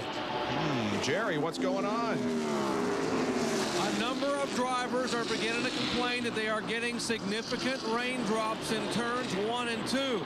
Apparently the car is beginning to slip and slide a little bit, and there may have been some contact a moment ago down in turn 1. We're hearing now from one of the crews. Dale Jarrett, car number 90, we're told a number of others are complaining that there may be some rain, and it is picking up here in the pits as we are just 4.5 laps away from halfway. Let's take a look at it. Ned, you saw it up there in the corner. Yeah, he went down. Here's Trickle running in 4th place, and all of a sudden he runs up on Todd Bodine, and Todd Bodine slowed down, it looked like, and Trickle had to take an evasive move, and Terry Labonte went by him, and then he dropped all the way back to 7th now. We'll check Bill Elliott's windshield, see if we can see any raindrops. Yeah, we see some rain. Some rain. Yeah, there are raindrops. No question. Caution's out. We are 3 laps short of halfway. Here comes Jarrett and Irwin off corner number 4. They take the flag and slow down. That completes lap number 160. The halfway point is 163. Well, now, do they make pit stops, or do they stay out there and hope the skies will open up? I think they stay out there, Ned. Yeah, I'd say so. I mean, you see the sky there, and I don't think it's going to rain, but no, again. Okay, there was a race back in the pack to the line, the caution flag. That's Trickle, Jeremy Mayfield, Johnny Benson, and they all go by either side of Trickle, and it's Trickle to the line. And well, I don't know. I'd hate to call that other one. Well, that was close. You're right. I think place went to Mayfield and show to Benson, but that was very, very close. Benson is driving like he was able to get that position, but you know, that really is it's a real quandary for these teams right now. If the green flag goes back, if they rethrow the green flag, they need those tires, but they're coming in. They're coming in. I don't believe it. Here they come. Yeah, they figure it's not going to rain long. But if the front runners don't come in, those guys back in pack are going to. Ray Dunlap in Labonte's pit. Well, Terry Labonte will be the first car to hit pit road here, and the Kellogg Chevrolet is in. They are going to go to the right side and put on tires. They've got fuel in. Yeah, it's a concern about the rain, but looking to the west, the sky looks pretty good. Let's go down to Jerry Punch with the leader. Likewise, Dale Jarrett had already run 58 laps at his last pit stop on these tires. And like Ray said, it is getting light off of turn 2, although we are seeing raindrops as DJ is away. Let's check in with his teammate in Bill. 4 tires for Kenny Irwin. They wanted to make an air pressure adjustment. Kenny said, no, please don't change the way the car handles. 18 seconds flat. He beats Jarrett out of the pits. Here comes Martin Labonte, Kenny Wallace, and Dick Trickle. Looks like the Todd Bodine, though, beat everybody out as... like Cope got a little sideways there as he accelerated out of the pit area. There's Todd Bodine, and he was the first to complete the pit stop. It looked like the lead that he had looks like it was the old 2-tire stop. It's hard to imagine he's changing 4 tires because the 28 car, Kenny Irwin, has that great pit position, that #1 spot, and all he's got to do is just let the clutch out and go across the line. So there's Kenny Irwin that I'm talking about. Yep. Now all of those not on the lead lap are coming in. Dale Earnhardt did not pit. Let's look at this exit from pit road. And we'll see Todd Bodine right in there. He's going to, we'll see the right side is up. Never changing the right side. Ricky Rudd just now get into his pit as Todd Bodine leaves as they go around to the left side on Kenny Irwin's car. And here comes Dale Jarrett. He's coming down pit road. Kenny Irwin goes across the line, and he will be the second car out. Down to Ray Dunlap.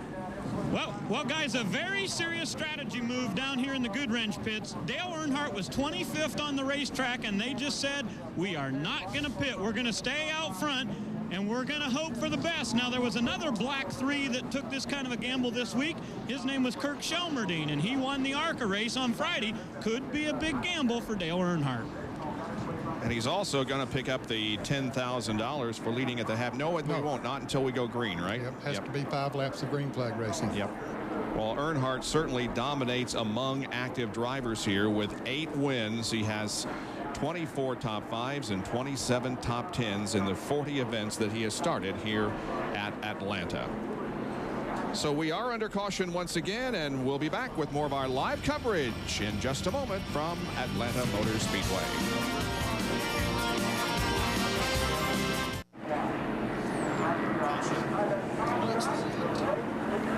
Caution still out here at Atlanta. Should be going back green here in just a few more minutes. Well, we have hockey coming up on the Deuce tonight at 7:30 Eastern Time. Fire on Ice features the New Jersey Devils against the New York Rangers. 7:30 tonight, ESPN 2's Fire on Ice.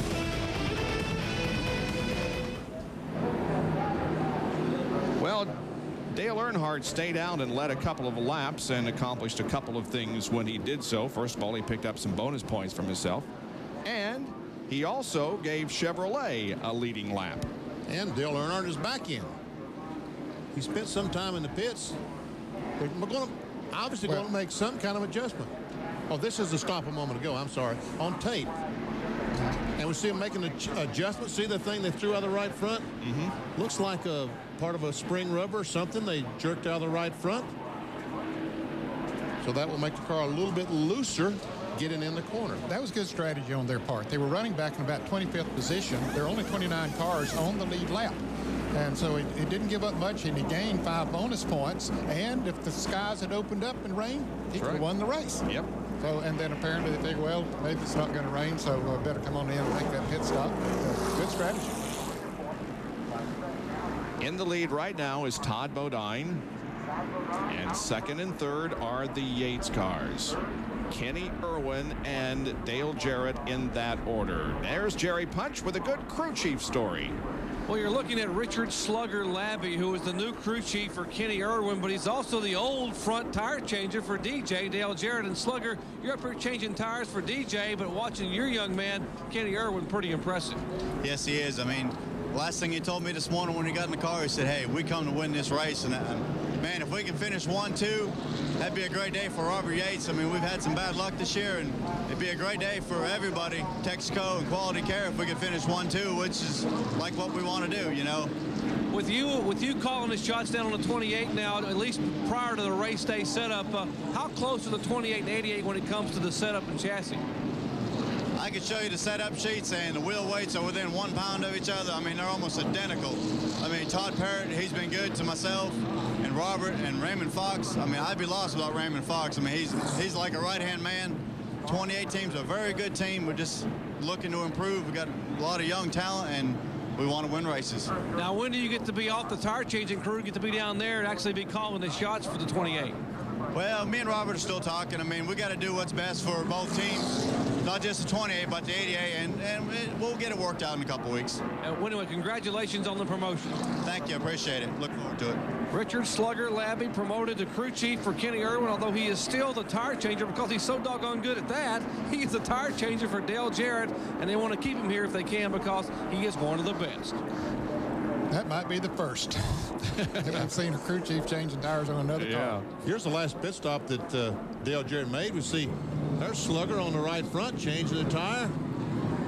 Checked it off, tosses it aside, throws the other one on, grabs the wrench, tightens the lug nuts. Now back around the other side, taking the nuts off. Jack goes up. Mike Ford gets the jack up in the air. On. Let's go. Attaboy. Good pit stop. Bill Weber. Well, down here in the Kenny Irwin pits, Raymond Fox is one of the guys calling the shots today. Give you some equal time. Slugger's down there saying you guys are having a heck of a day, and you are. Yeah, we are. We just got to keep it this way. We're having a heck of a good pit stops, and me and Robert's talking about changes, and Slugger calls down here every once in a while, see how we're doing. But right now, we just want to finish in the top 5. Possibly would like to win the race, but 1 and 2 would be real good. You do have a hole in the grill, is that correct?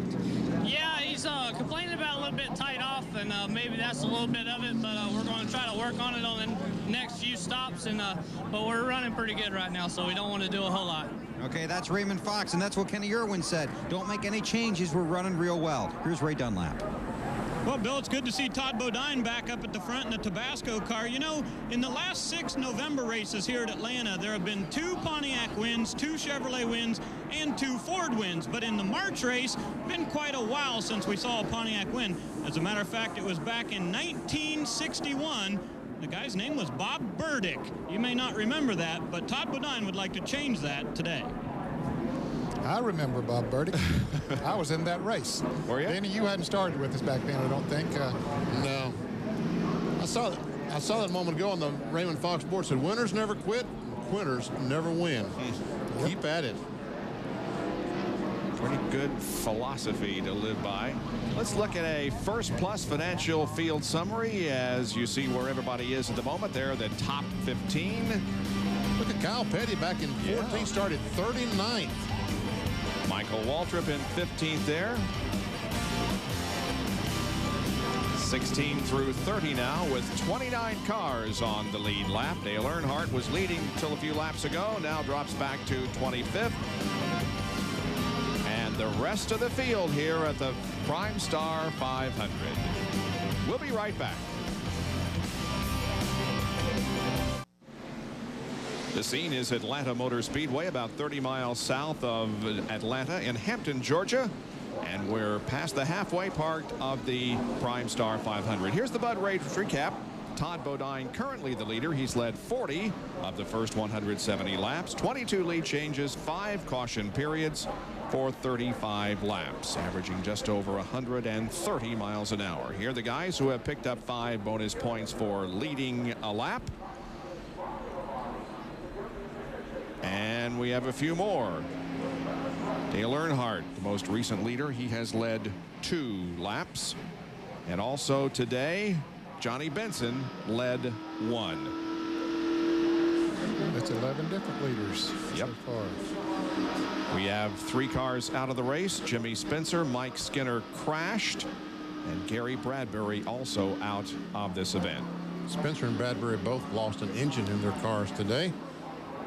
You see Dick Trickle, the Heilig-Myers Ford Taurus. We mentioned that Junie Donlevy scheduled for surgery today. Let's get more from Jerry Punch. Go find out 35 car took right. Bob, we are told from down here in the Heilig-Myers pit that within 30 minutes in Richmond, Virginia, at approximately 2 o'clock Eastern time, Junie Donlevy, 73 years of age, will go into the operating room to have an aortic valve replaced. Now, you know how a lot of surgeons play music in the operating room? I think Junie's requested that they run the audio from the race so we can update how his driver is doing. And right now, talking to Tommy Baldwin, you guys, your driver, Dick Trickle, doing awfully well after a number of adjustments. I tell you, we got a real good long race set up in this Heilig-Myers Ford Taurus. I wish this rain would stop it, so we can get going racing. We're just hanging out in 4th place there, just, buying our time, trying to get some laps. A lot of these guys can only go about 30, 40 laps. We can go a good 50 laps. we're real confident in today. I think we can get back in the top 5, and I'm real proud of everybody back at the shop. Junie Donlevy's getting operated on right now, and hope everything going well over there. And I also like to say hi to my buddy Steve Parks, who's in the hospital right now. Hope you watch it, bud. I'm going to try to win this one for you guys. So a lot of emotion in this pit. So Tommy Baldwin, by the way, one of Steve Parks' best friends, a former crew chief when Steve was in the modified ranks. And Dunlevy, guys, 14 of the 50 greatest drivers in NASCAR history drove for Junie Donlevy. Fred Lorenzen, Joe Weatherly, and our own Benny Parsons among those 14 who drove for the legendary car owner, Junie Donlevy. Let's see if we can talk to Dick Trickle and see what he's got. Dick Trickle, this is Benny Parsons up at ESPN. Do you read me? Yo, we read you, Benny. How's everything going, Trickle? Looks pretty good up here. Well, I'll tell you what, it's a beautiful day at Atlanta, you know, Monday. We got a little loose one time there and got out of the top 5. The body got up underneath it. We got a little loose going in the stream, but we collected up and we're back in the hunt here. So, the Ohio State just gave me a good car here. We're just trying to tweak it, get it turned just a little bit better. We're going to go on. What happened going in turn 1 that time? Did you almost run in the back of Todd Bodine? Is that what caused you to go way high? Yeah, they slowed in front of me a little bit, and I got up to the high side. I think she started racing a little bit. Nobody else was up there running that groove in, and 5 car got up behind me and lifted me up a little bit. Had to collect it up, but here we are, ready to race. Well, good luck to you. Trickle right now in 7th position as he and the others are still at reduced pace here because of another shower that passed over the track. They have brought out some drawing equipment, but they're beginning to move back to their assigned spots, so we should be going green here before too much longer. Back to Atlanta Motor Speedway, where the shower is over, and we are within a couple of laps of getting the green flag once again. Todd Bodine is the leader of this race. Right behind him is the 28 car of Kenny Irwin. Now let's look through Kyle Petty's windshield. Doesn't look like there are any raindrops on there. You see this onboard camera as a sponsorship from Players Inc. Well, tell me more about that, Ray. Well, Bob, basically it's designed so that the folks at home will get to know these guys, not just by their name, but by their face. And this is John Burroughs. He plays for the Atlanta Falcons. John, the rumor down here is you're hooked on this NASCAR thing. I tell you what, I'm a race fan for life now. I got to go to my first race last year in Talladega. And, you know, with Players Inc. being involved with the Kyle Petty Racing, or the Petty Racing team, and Kyle Petty, the 44 and 43 car, fantastic, man. Being able to be down here in the pits and pull some tires and throw the sign around, I tell you what, I'm at the time of my life. Well, this guy plays defensive end, but he looks pretty small, doesn't he? Well, really, the deal is he's a lot bigger than me, guys. You know, one of the good things about having a football player down here is if the car falls off the jack, you can just go out there and pick it up for him. I'm telling you what, these guys over here that are doing the crew, the jackmen and stuff like that, they'll throw the car around easier than a football player can. These guys are amazing. But we're having a great time here today. It's just a pleasure for Players Inc. to be involved in this. Well, that's what it's all about, having fun. Now let's go to Dr. Jerry Punch. How about that? Athletes hooked on sports, right? Let me show you. You had the jet dryers out a moment ago. It is not raining, folks. What the jet dryers were doing was blowing this debris off the racetrack. These big chunks of rubber that are all over the track. This one was actually matted in the grill of one of the lead cars that came in a moment ago. And Bill, this kind of debris can cause a problem, right? Kenny Irwin actually has a hole in his grill. Now, normally you'd come in under caution. You take this lacquer thinner, pour it on this rag, clean off the grill. Then you take the tape and stick it on there. Because it's cleaner, because you use this, the tape will stick better. Unfortunately, they're doing 18-second pit stops. They don't have time to clean the grill. When Kenny comes in next time, they'll just take some tape, slap it up there over the hole, and hope that corrects the problem. The green flag waves and competition resumes in the PrimeStar 500. And remember, 5 green flag laps and they'll get the halfway money. We've already gone past the halfway, but the leader will pick up if whoever's in front after 5 green flag laps gets to 10 grand. Kenny Irwin is like a rock came off that corner, like he was shot out of a canyon, or should I say cannon. Out of a cannon into a canyon. And right by Todd Bodine.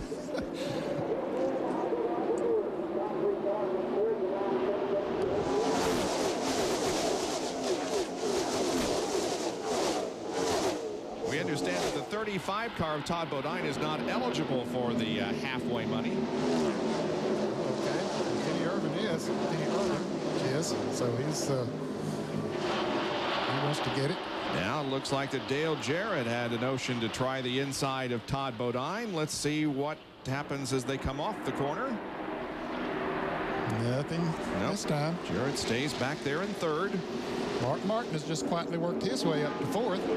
That fourth car in line there is not the fourth place car in the order. That is Brett Bodine, and he is in 30th position, a lap down. There is Mark Martin, who's fourth.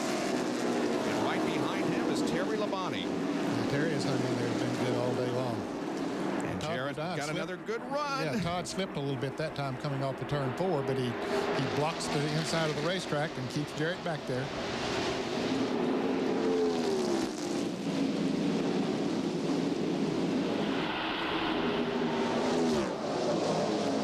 Really getting off of turn 2 over there right now. Kenny Irwin not getting off turn 2 quite as good as Todd Bodine, and Todd run right back in on him.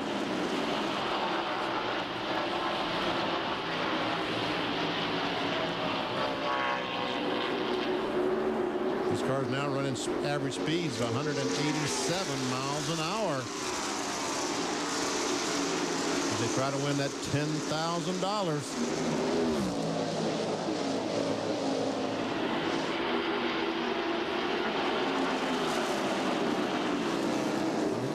Working on Irwin. Get back up there. Mark trying to get by Brett Bodine on the outside.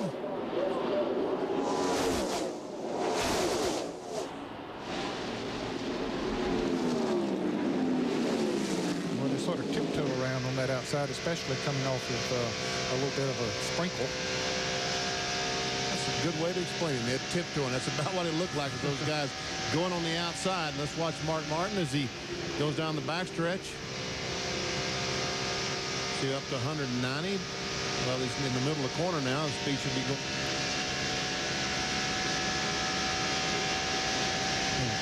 Having some problems with their Tabasco hot zone today. Kenny Irwin has won the $10,000 for not at the halfway mark, but at the lap eligible for the halfway money. First in his career that he's picked that up. Here's Jeremy Mayfield and Dick Trickle as they battle. Mayfield trying to take over the position. And that would be for 9th spot. Mayfield has 9th, Trickle in 10th. First three cars have pulled away now a little bit from Mark Martin and the others. There's the separation. Isn't very much, but the real battle up front is among three cars. Well, one thing that helped them to pull away from Mark Martin is they got around Brett Bodine early after the green flag failed, and Mark had to chase him for a few laps, and then when he passed him, as he said, he had to tiptoe around, so that cost him a little bit of time too. We'll see how that works out now that Mark has free racetrack between he and the three leaders. You know what, Todd Bodine is doing a pretty doggone good job of those two tires, Ned. Yeah, he just changed two tires. That was a while back in the caution, but he got out first, just changed the two tires, and they're working well for him right now. So that might be something they'll put in the back of their mind, come down to a pit stop with just a few laps to go. I would imagine he'd stick on two tires because we can see there is speed there. As Rusty Walls trying to pass Dick Trickle. That'll move him into the 10th spot. Jeff Burton there in the 99, just outside of the top 10.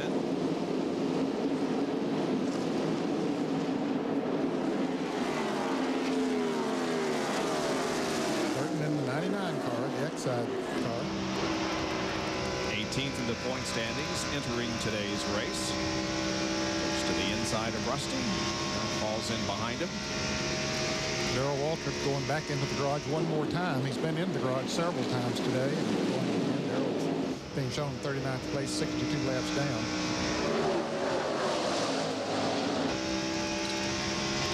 I think Darrell is using this as a test session today, Ned. His car is not Hammond, so I think he's going back in the garage, changing springs, changing the entire setup on the car, coming back out and see how that works versus what he had. I think that's probably what he's doing.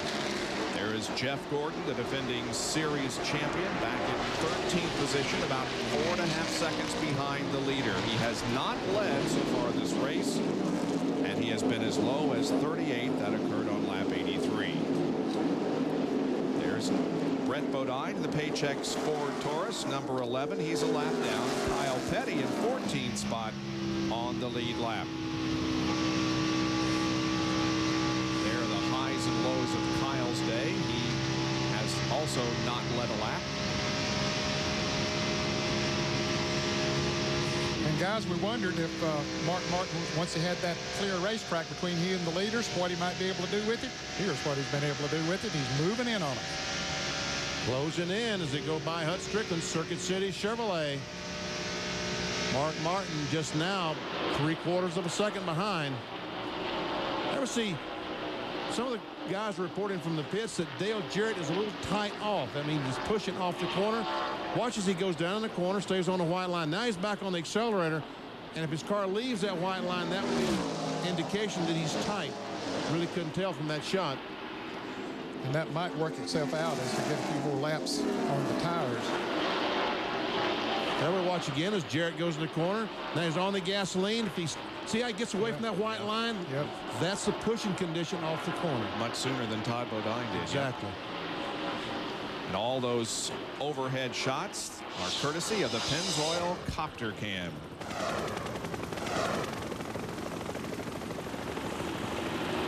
Well, Kenny Irwin, the leader of this race, although he's a rookie, he has competed here at Atlanta. In fact, finished 25th here last year after starting in 8th position. Now Jarrett has the tried to get the inside position on Bodine, but didn't do it. Well, he had a run on him coming off turn 4, but that thing pushed up just a little bit on him, and that negated the pass.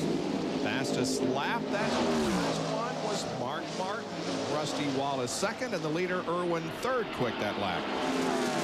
You see, Mark Martin was over a ½ mile per hour faster than Kenny. And you see Todd Bodine's car is going up the racetrack. But this doing in the middle corner, that's like a loose condition, like he's chasing the back end up the hill. And probably that two-tire change is coming into play now, Benny, because they've run about 12 or 15 laps. Jeff Burton also moves up. He passes Dick Trickle and goes to 10th spot. So Jeff Burton works his way into the top 10. Once again, we see Mark Martin with the fastest lap. And look at that, almost 2 miles per hour faster than the leader, Kenny Irwin. So Mark Martin, you're right, getting closer and closer to the front.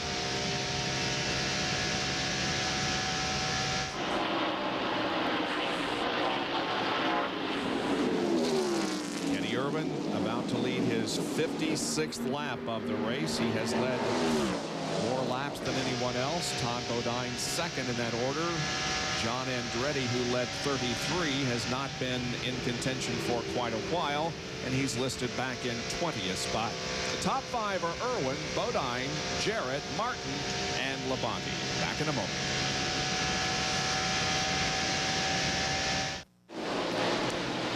We've got a good competitive Winston Cup race going on here at Atlanta Motor Speedway. Almost to the 200 lap mark. We'll run 325 today. Kenny Irwin in the Haviland 28 is the leader.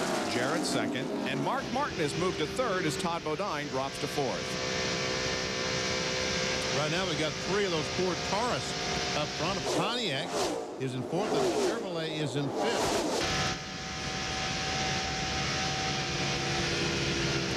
Talked about it at the very top of the show, this Ford Taurus, new in Daytona this year. Last week at Las Vegas, they ran, as they run across the traffic. Last week in Las Vegas, the win was so convincing they had 13 of the top 14 positions. NASCAR took a 1/4 inch off the rear spoiler, and looks like that did not bother them too much. And we talked about this during our weekend coverage, but for those of you just joining us today, a 1/4 inch may not sound like very much, but that's spread across a spoiler that is, what, 57 inches wide? Yeah, you go across the entire deck bed, which is 57 inches wide, as we see. Mark Martin. Yeah, he has slowed, Bob. I don't know what happened, but he is definitely off the pace. Wow. He's running right behind Dale Jarrett, right on his bumper, and now falling back. Losing positions as here comes Jeff Burton to the inside. So does Bobby Labonte. And wow, That 6 car just dropping back like a rock. There goes Jeremy Mayfield. And he raises his hand. He heads for the bottom of the racetrack. That's sort of an indication of maybe a cylinder, Benny. They might have lost a cylinder. Oh, he's got a flat tire. Flat tire, okay. Down to Jerry Punch. That is exactly right. Remember, I showed you Mark Martin's tires early. He had a right rear that was really coming down to the cords. That time by, he said, I think I got a tire going down. As you see the Valvoline crew on the wall waiting for last week's winner to come down pit road. And unfortunately, now he is on the apron, headed in at 45 miles an hour. And they are going to remind him that NASCAR, from right where that line he went by a moment ago, that white line, they measure the speed on pit road at 45 and no more. Here's the Valvoline crew waiting for him to come in. They will change right sides, and I would imagine left sides as well, so not sure which side it is. They will indeed change all 4 tires. So from Victory Lane to go to Bruckelston, Atlanta, those are going to change right sides only. 9.8 seconds as he is down and away with 2 right sides only. Tremendous pit stop, but he went a lap down because he had lost a third of a lap before he came into the pits. Robert Presley coming in for an unscheduled stop. I see Rick Mast leaving. I would imagine he blistered the right rear tire, and his car got extremely loose. He probably didn't have a flat tire, but Jerry Punch will be able to tell us in just a second. And here's Todd Bodine also dropping back. Oh, we have a car in the wall up in turn 2. Derek Cope, the gum out car. And he's coming back down across the track, down on the low side of the track now.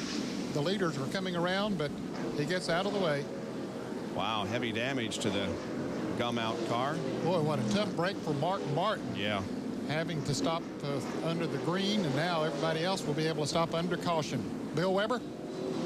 Just a quick update on Todd Bodine. He has reported to his crew that he has a skip in the engine. It is intermittently missing. This could give them a chance to check it under caution, but a great run could be soured by a potential engine problem for the Tabasco Pontiac. They talked about a problem in practice before qualifying. Remember, they talked about a fuel pickup problem, and they were able to get that fixed in time to go out and qualify. And what a great qualifying run he had, but hopefully that is not something reoccurring as we see the safety crew over to check out Derek Cope. Looks like the left side of the car. Yeah, the left impact there. The left side is obviously what made the impact with the wall. I'm guessing he goes in the corner and spins, does a 180 and smacks the wall with the left side. Well, let's take a look and see what did happen.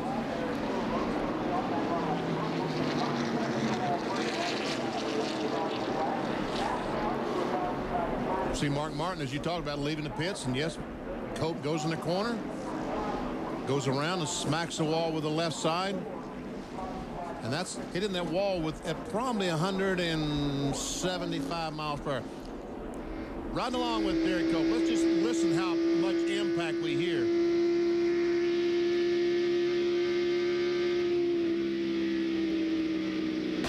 Oh, tire bleed.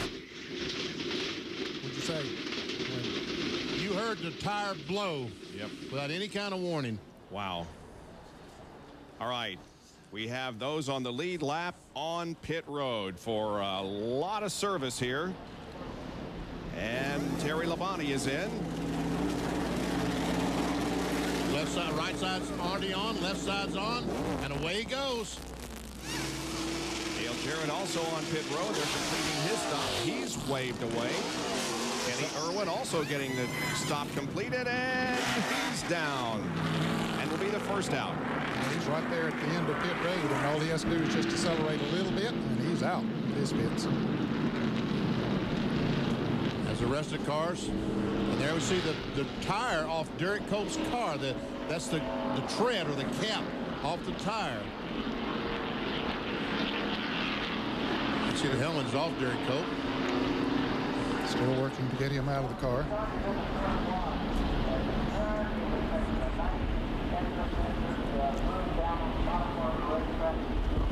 That was a very dramatic shot that we saw from the in-car camera there, hearing the tire blow, and then there's no way you can react, is there?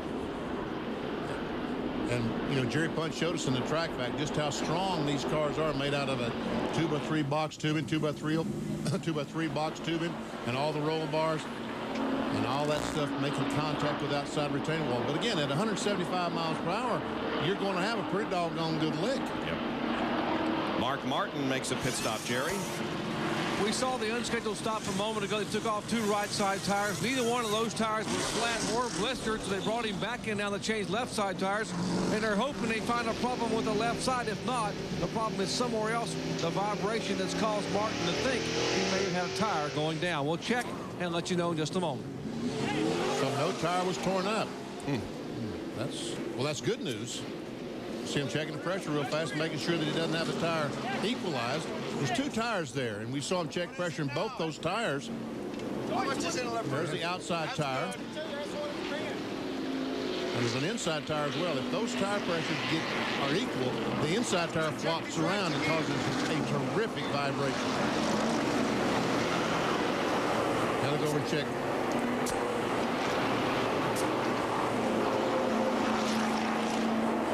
Remember, Mark Martin had a vibration last week at Las Vegas. However, he did manage to win the race. And that was a transmission problem, I think. As a matter of fact, he told me that it broke the tail housing on the transmission. Jerry Punch? Well, they're still looking, and thus far everything we've been able to see is that all tires were up, and are now looking to make sure all the wheel weights were in place. And now Jimmy Finning is talking to his driver, trying to comment that everything is okay. Let's see if I can get over and get a quick comment from Jimmy Finning as to exactly what may have happened with the tires. He's going up to talk to Jack Roush. We'll step up here and get a comment from Jimmy if we can. Jimmy, what was wrong? Did you have a tire going down? He thought we had he went real bad loose, and he thought he had the right rear go down, but he must got some rubber on it or something, but we couldn't take a chance. All right, they checked all 4 tires, and apparently they were all 4 up, no blistering, and hopefully the vibration is gone and everything has been settled in the Valvoline pits. And like Jimmy said, you cannot afford to take a chance. That is for sure. We are under caution because of a crash involving Derek Cope, which happened just a few minutes ago. Let's ride along and listen once again.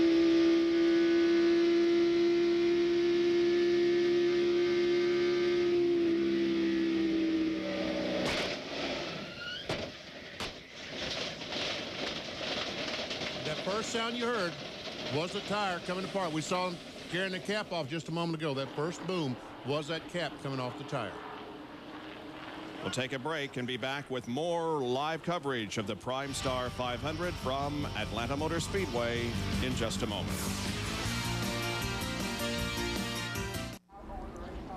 Welcome back to Atlanta Motor Speedway. Under caution because of an accident involving Derek Cope. And he is out of the car and on the way to the infield care center, where all accident victims are taken for at least a preliminary checkup. Now, Mike Skinner has already made a visit there today after an early crash. He's been transferred to Georgia Baptist Hospital in Atlanta for further tests. The tests they conducted in the infield care center were all negative, and we certainly hope they are when they get to Georgia Baptist. But Derek Cope is the most recent victim of an accident. These overhead shots come to you courtesy of the Pennzoil Copter Cam, flying high overhead Atlanta Motor Speedway. We're on lap 212. 211 laps have been completed. Terry Labonte has been put at the front of the field, with Kenny Irwin running in second position. Bill Weber has more from pit road. Well, here's the situation. Kenny Irwin is learning by doing, obviously, as a rookie in NASCAR Winston Cup. Earlier in this race, he led the field back to the caution flag. After he took the caution, he went a little fast into turn 1. NASCAR told his crew to make sure he knows to slow down after he takes the caution. Well, this time, after he came off of pit road, he beat the 5 car off of pit road. NASCAR apparently is telling the crew he did not catch up to the pace car fast enough, that he was holding up the rest of the field that wanted to get around the track. For that, they've moved the 5 in front of the 28 on the track. The 28 guys are not happy about this, but they just had a big meeting here on pit road. Robert Yates just told his driver, shake this off, we can still have a good run, and the team's getting themselves fired back up for the finish of this race. Okay. Yeah, I really like this. we've talked to Raymond Fox, we've talked to Robert Yates with the 28 car, and neither one of those guys have talked about winning the race. They're not putting that kind of pressure on their driver that, look, you've got a best car here, you've got to win that race. And that's the kind of pressure that rookies really and truly do not need. Well, certainly Irwin has been in contention for the win here, and the last race won by a rookie was in a Robert Yates car. It was Davey Allison in Dover, June of 1987. It's been almost 10 years. Actually, over 10 years, yeah. Well, that many sun out to warm up your calculator, Bob. Solar batteries are down. That's right. So we will have a report and check on the condition of Derek Cope while we take a commercial break. From Atlanta Motor Speedway, we'll be right back. Stay with us for more live coverage.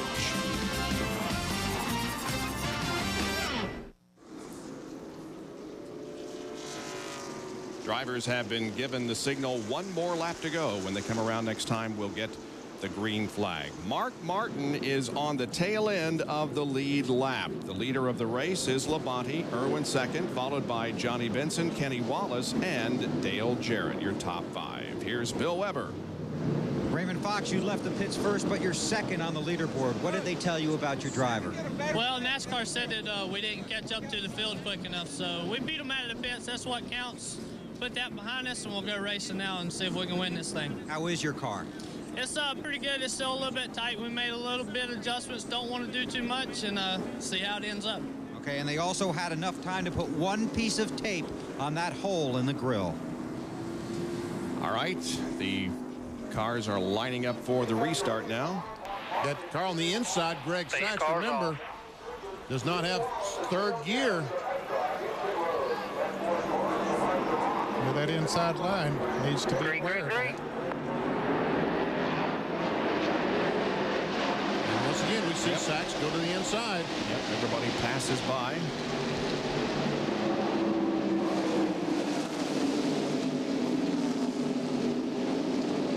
Mark Martin trying to stay on that lead lap as he stays ahead of Terry Labonte down the backstretch.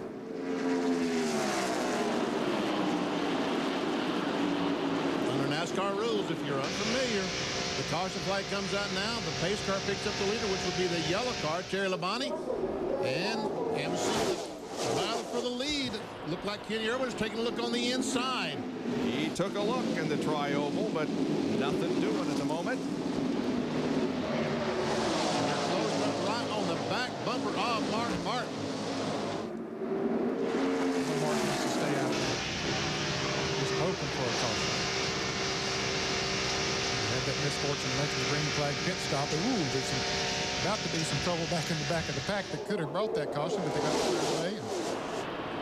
And Labonte working hard to put him a lap down. Almost gets those left side tires in the grass, but is successful in putting Martin a lap down. Here comes Kenny Irwin and the third place car of Johnny Benson. Nope, Benson didn't make it. Benson is a teammate to Martin. Both Jeff House cars. Terry Labonte's just been working around there in the top five all day long. He might be ready to show his hand now.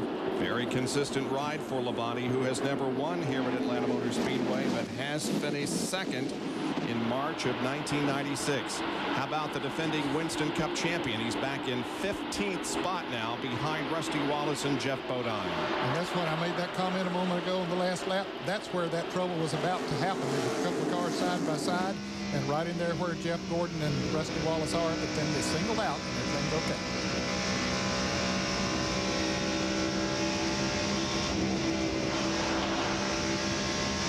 Look at Ernie Irvin come up on the outside of Jeff Gordon, down in one on the outside, trying to take the spot away. Haven't seen much of Irvin today, but he's hung in there on the lead lap. Jockeying around back there. Pretty good battle. Jerry Nadeau in that 13 car is also up there in the battle. He's in 29th spot. This is the onboard with Bill Elliott. And we see Ernie Irvin had to back off to As he closed in behind the Jerry Nadeau car, he had to close back off and get in the line between the 24 and 94. Now we'll switch over to Nadeau, and we'll see Bill Elliott on the left. That's his owner, Bill Elliott, and his teammate. So Jerry, just follow me. Oh, I can't follow you because John Andretti's down there. I see. All these cars going by Jeff Bodine, so Bodine back to 15th, now 16th spot as Irvin goes by.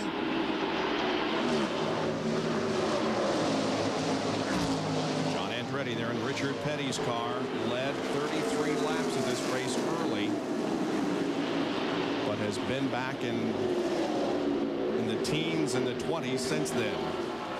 And he's currently in 18th. Now Jeff Burton comes up and challenges and passes Benson, and Jarrett now has gone to third. So we have Labonte, Irwin, Jarrett, Burton, and Benson. And Kenny Wallace still continues to have a good run today. He's in 6th spot. There's the first three. The first two with Mark Martin, and there you see the rest of the field is Kenny Wallace right on the back bumper of Johnny Benson. And right on Wallace's back bumper is Bobby Labonte, followed closely by Jeremy Mayfield in 8th.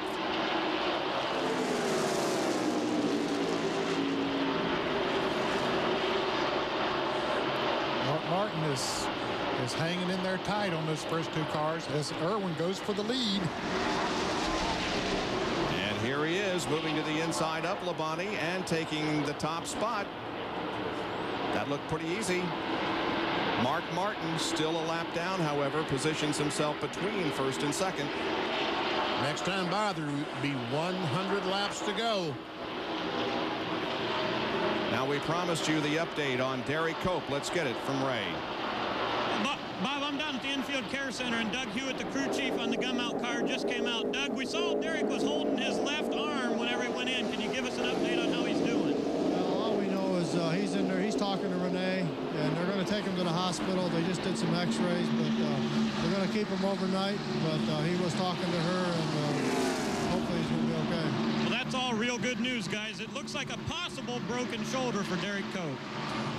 Wow, this race may have taken a heavy toll on some drivers here this weekend. Steve Park is going to be out of action for several months. Let's hope that Derek Cope's injuries are not so serious that they will keep him out of action for any length of time. And Mike Skinner is going to be held overnight for observation. All the CAT scan was negative on Mike Skinner, but they want to just keep him around, make sure that everything is okay before they get him out on the street. On board with Mark Martin, a lap down in 27th. The leader of the race, Irwin, is right ahead of him. Well, he is working on Irwin, too, to try to get back on that lead lap.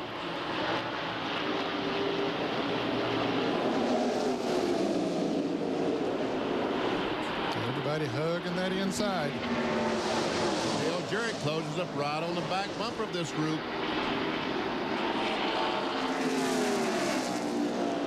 In 4th position, and the driver gaining on the drivers in front of him is Jeff Burton. He's only 1 second behind the leader, Kenny Irwin. Jeff's best finish here was a 4th position in March of 1994. He finished 34th in this race a year ago. I should say in the November race here.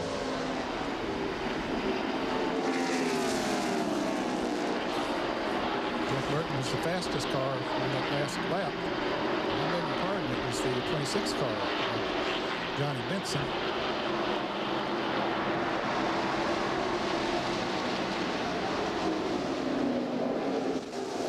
And right now, Burton is the fastest. That lap. Nope. Hey. Todd Bodine in the Pontiac is the fastest car that lap. Todd Bodine's currently running in 10th spot. Bill Weber, what you got to add? Well, school's still in session for Kenny Irwin, and it probably will be till the checkered flag falls, but they have told him do not race Mark Martin. Do not race the 6. Protect your tires. Save your tires. So if Mark gets up there, you might see him get by. The next car Kenny Irwin is racing is the 5. Probably pretty good advice, huh? I think it's great advice. Again, you're not trying to win the battle, you're trying to win the war. And Mark has already had some tire problems today, and he's having to run the car probably a little bit harder right now than he wants to run it, but he has to try to get back on the lead lap. One of the laps we timed, Todd Bodine was the fastest. Another lap we timed, Dick Trickle was the fastest, and here they are running together in 9th and 10th. Todd Bodine has led 46 laps today.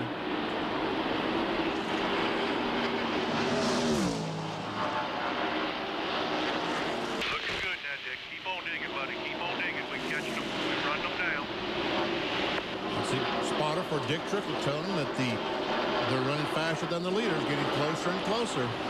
These guys are just a little over 5 seconds behind Kenny Irwin.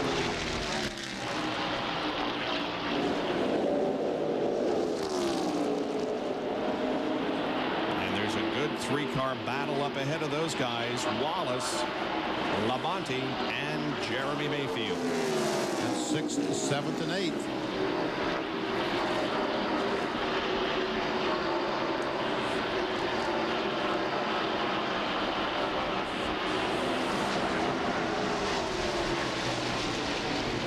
Speedway has been one of Bobby Labonte's best racetracks recently. However, in his first 4 events here, no wins or top 5s, 4 laps led, but in the last 6 events, he has 2 wins and an average finish of 8th. Back up front, Irwin still leads. Terry Labonte running 2nd, Jarrett is 3rd, and Jeff Burton is in 4th position. 234 laps are complete here at Atlanta with 325 the schedule distance. As we go to break, take a look at the top 10. We'll be right back. Bob Jenkins, Benny Parsons, Ned Jarrett, Ray Dunlap, Bill Weber, and Jerry Punch back at Atlanta Motor Speedway. For the PrimeStar 500, the Pennzoil Copter Cam is circling overhead, providing these overhead shots. Well, Mark Martin tried and tried and tried to get his lap back. He got real close while we're going to break, but was not able to do it. He's now fallen back to the 6th car in line. There was some contact between Irwin and Martin, despite the fact that Kenny was told not to race Mark. Mark gets a pretty good run off the corner. He tries to go the inside, and Irwin goes down to block the spot, and check that out. Well, that could have been nasty. Jerry Punch. I just asked Slugger Labby, who was the crew chief for Kenny Irwin during the week, who's standing on the wall here. I said, your young guy was told, I guess, not to race the 6 car. I said, yeah, we told him to let the 6 go. The 6 is a lap down. But he said, Doc, he's a typical race car driver. He hates to be passed. Well, that's understandable. Here's the view from Mark's onboard camera. Gets a great run off the corner. Wow. I tell you, if that would have been a lot of drivers other than Mark Martin, that could have been a wreck. Mark Martin's too smart to get up there and take that chance of just driving on in there. Right in front of the entire field, that wreck would have been. Yeah. First 6 cars, anyway. Here's a First Plus Financial field summary. Jeremy Mayfield started 26th. The 6th, Kenny Wallace from 24th up to 7th position. And now Terry Labonte is trying to take the lead away from Kenny Irwin. Had a pretty good run here through the tri-oval, but it didn't work. Irwin's car doesn't seem to be getting off of turn 4 the way that some of the other cars are. I think he caught a lap car that time, Ned, and one reason is not able to get off that corner as well as he normally would. Down to Bill Weber. Or it could be a combination of both that. So Kenny Irwin just told his crew his Texaco Havoline Ford is still too tight. Halfway on this set of tires, still too tight on the 28.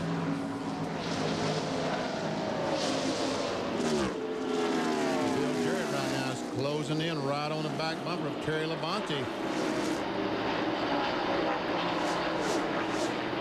Labonte's car pushing just a little bit. And there's a slow car, another slow car of Jerry Nadeau. He immediately moves over unless his leaders go by. Looking inside of the racetrack.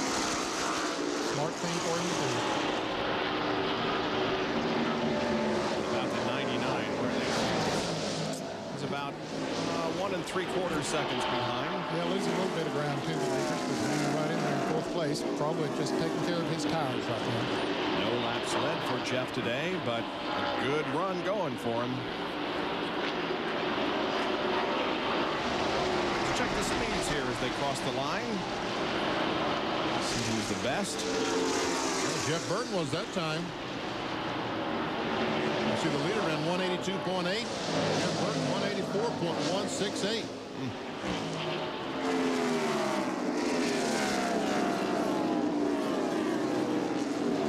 Jeremy Mayfield was second fastest in the 26 car. Johnny Benson was third. Yep. There's the first 3 cars. Kenny Irwin is the leader. Terry Labonte is second. Dale Jarrett is third. Jeff Burton is fourth. And once again, the fastest car. Whoa! Rusty Wallace.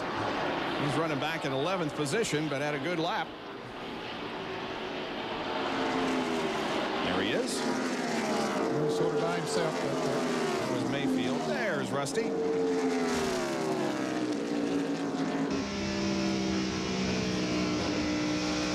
Right along with Rusty Wallace, you see there's nothing right in front of him.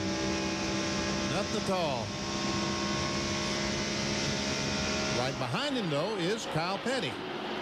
Yeah, good run today. He is running 12th spot. Yeah, early in the race, so it was one of the early cautions. He came back in the pits, made an extra pit stop on a caution, and was back at the tail end of all of those that was on the lead lap, but worked himself up there good in the top 15. Kyle's best finish here was in March of 1989 when he came home in 4th position. Right now, he's in 12th.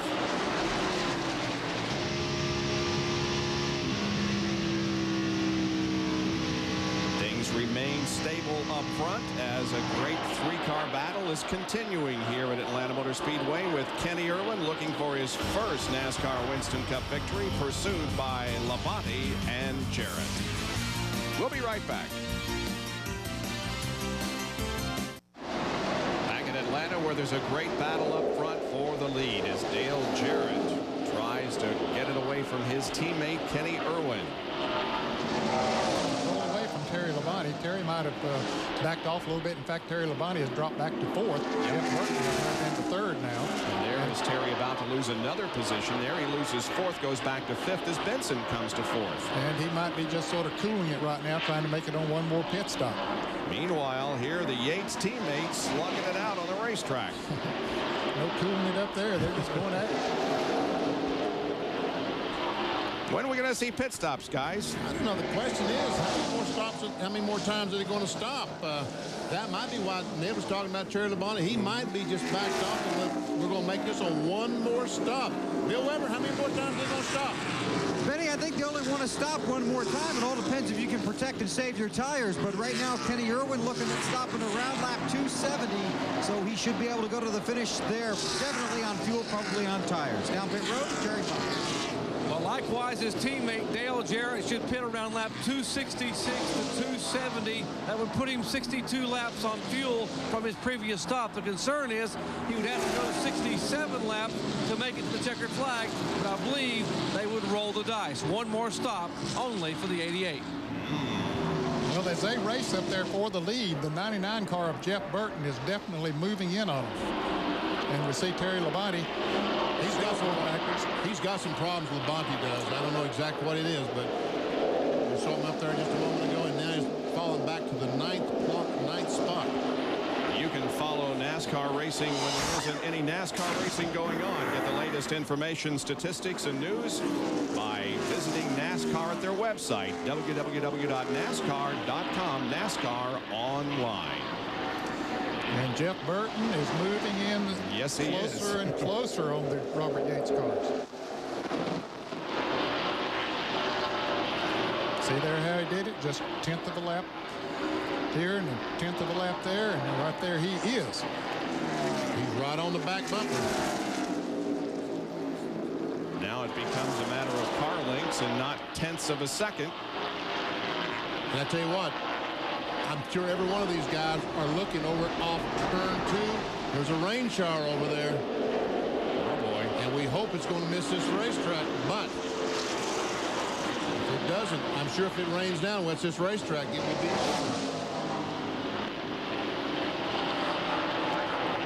Well, Bill Weber, what do you hear about Kenny Irwin?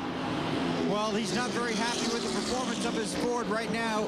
We've told you earlier in the race it was tight. Well, he's just told his crew with a lot of enthusiasm that his car is getting tighter and tighter. They do plan to make an adjustment when he does pit around lap 270, but right now he's busy trying to hold off the 88 and the 99. Both of them are right on his rear spoiler. Hard to make a pass on the car. It's got as much horsepower as that thing has down the straightaways. Burton closing in on Jarrett now for second. Oh, they have to go high because of Ward Burton, who was coming in for a pit stop, and that was a close moment. Okay. Kenny Irwin made a great rookie move right there. I mean, that was a veteran move that he made. God, could have been a wreck. Wow. Looks like Dale Jarrett is laying back in the corner, backing off a little bit early, trying to get off the corner to get a run down the straightaway. He's been doing that all day, and Terry Labonte now is making that pit stop, which should be his last one, and Ray Dunlap is there. Well, I'll tell you, Ned, they were really worried about the way the Hamlin was going away on the 5 car. He was leading just a little bit ago and it dropped back to about 12. Terry says it's all tires, guys. We're just losing it. Hopefully this will be their last pit stop. And it's going to be a good stop. Less than 18 seconds for Terry Labonte, and he's rolling again. Great pit stop. And he'll go back out there, and he'll be able to run faster on those new tires, so these others can't afford to stay out there too long. Jeff Gordon coming into the pits now.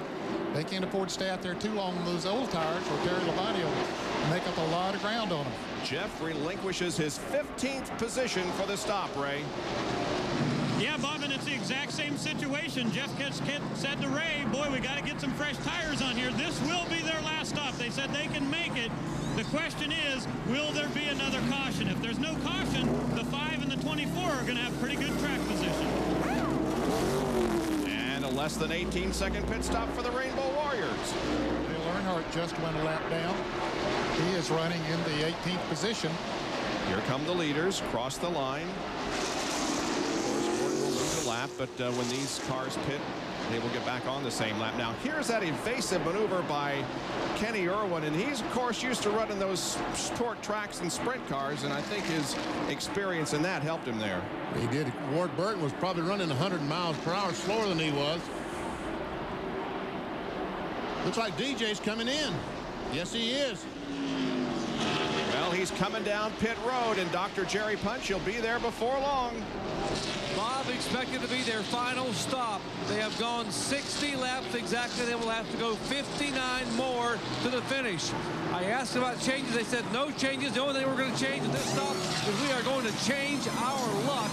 We hope to be able to win one finally in 1998. Right side tires are on. They moved the right front tire away. A little bit of rubber separation on the right front. The right rear has been laid down. I cannot see the right rear tire. Left front, Slugger Labby has lug nuts on. Off the tube.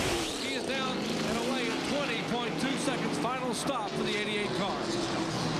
That was a couple of seconds, about 2.5 seconds slower than Terry Labonte. He made his pit stop. Well, we should be seeing Kenny Irwin come in for a pit stop soon. Could be this lap. Yep. Jeff Burton, both are coming in. Both coming down. Now, again, we remind you the speed limit is 45 miles an hour. Begins right there. Bill Weber, here they come. And they warned Kenny Irwin several times. No speeding. No speeding. He is all the way down at the turn 1 into pit road. 45 miles an hour, the pressure mounting on this rookie. No driver has ever won his first Winston Cup race at Atlanta. Kenny Irwin's fate may be decided right here. This is expected to be 4 tires, and they are going to try and loosen the car up a little bit. It could be wedge, or it could be track bar. They hadn't decided. Now they go to the rear of the car. Right sides are on. They come around to the left. They put more tape on the grill trying to cover that hole. Up top. Jeff Burton has got a tough break. He's locked in behind Kenny Wallace's car, and he makes contact with Kenny Wallace. If he does beat Kenny Irwin out of the pits, Rusty Wallace beats him, Johnny Benson and Wallace beats Irwin out of the pits. Wow.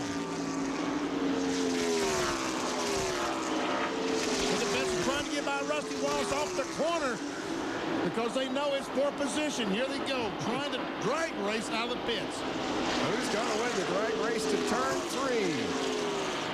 Oh, Rusty just won't give it up. He has position. Can he stay there?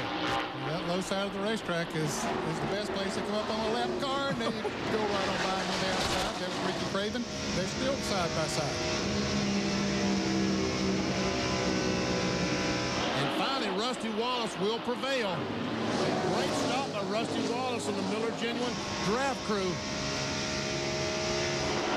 All right, let's look at Jeff Burton now as he tried to get out ahead of Kenny Wallace. He accelerates. Kenny Wallace tries to turn away so he doesn't run into the back of his brother Rusty, and instead runs into the 99 car. Well, that is a big traffic jam.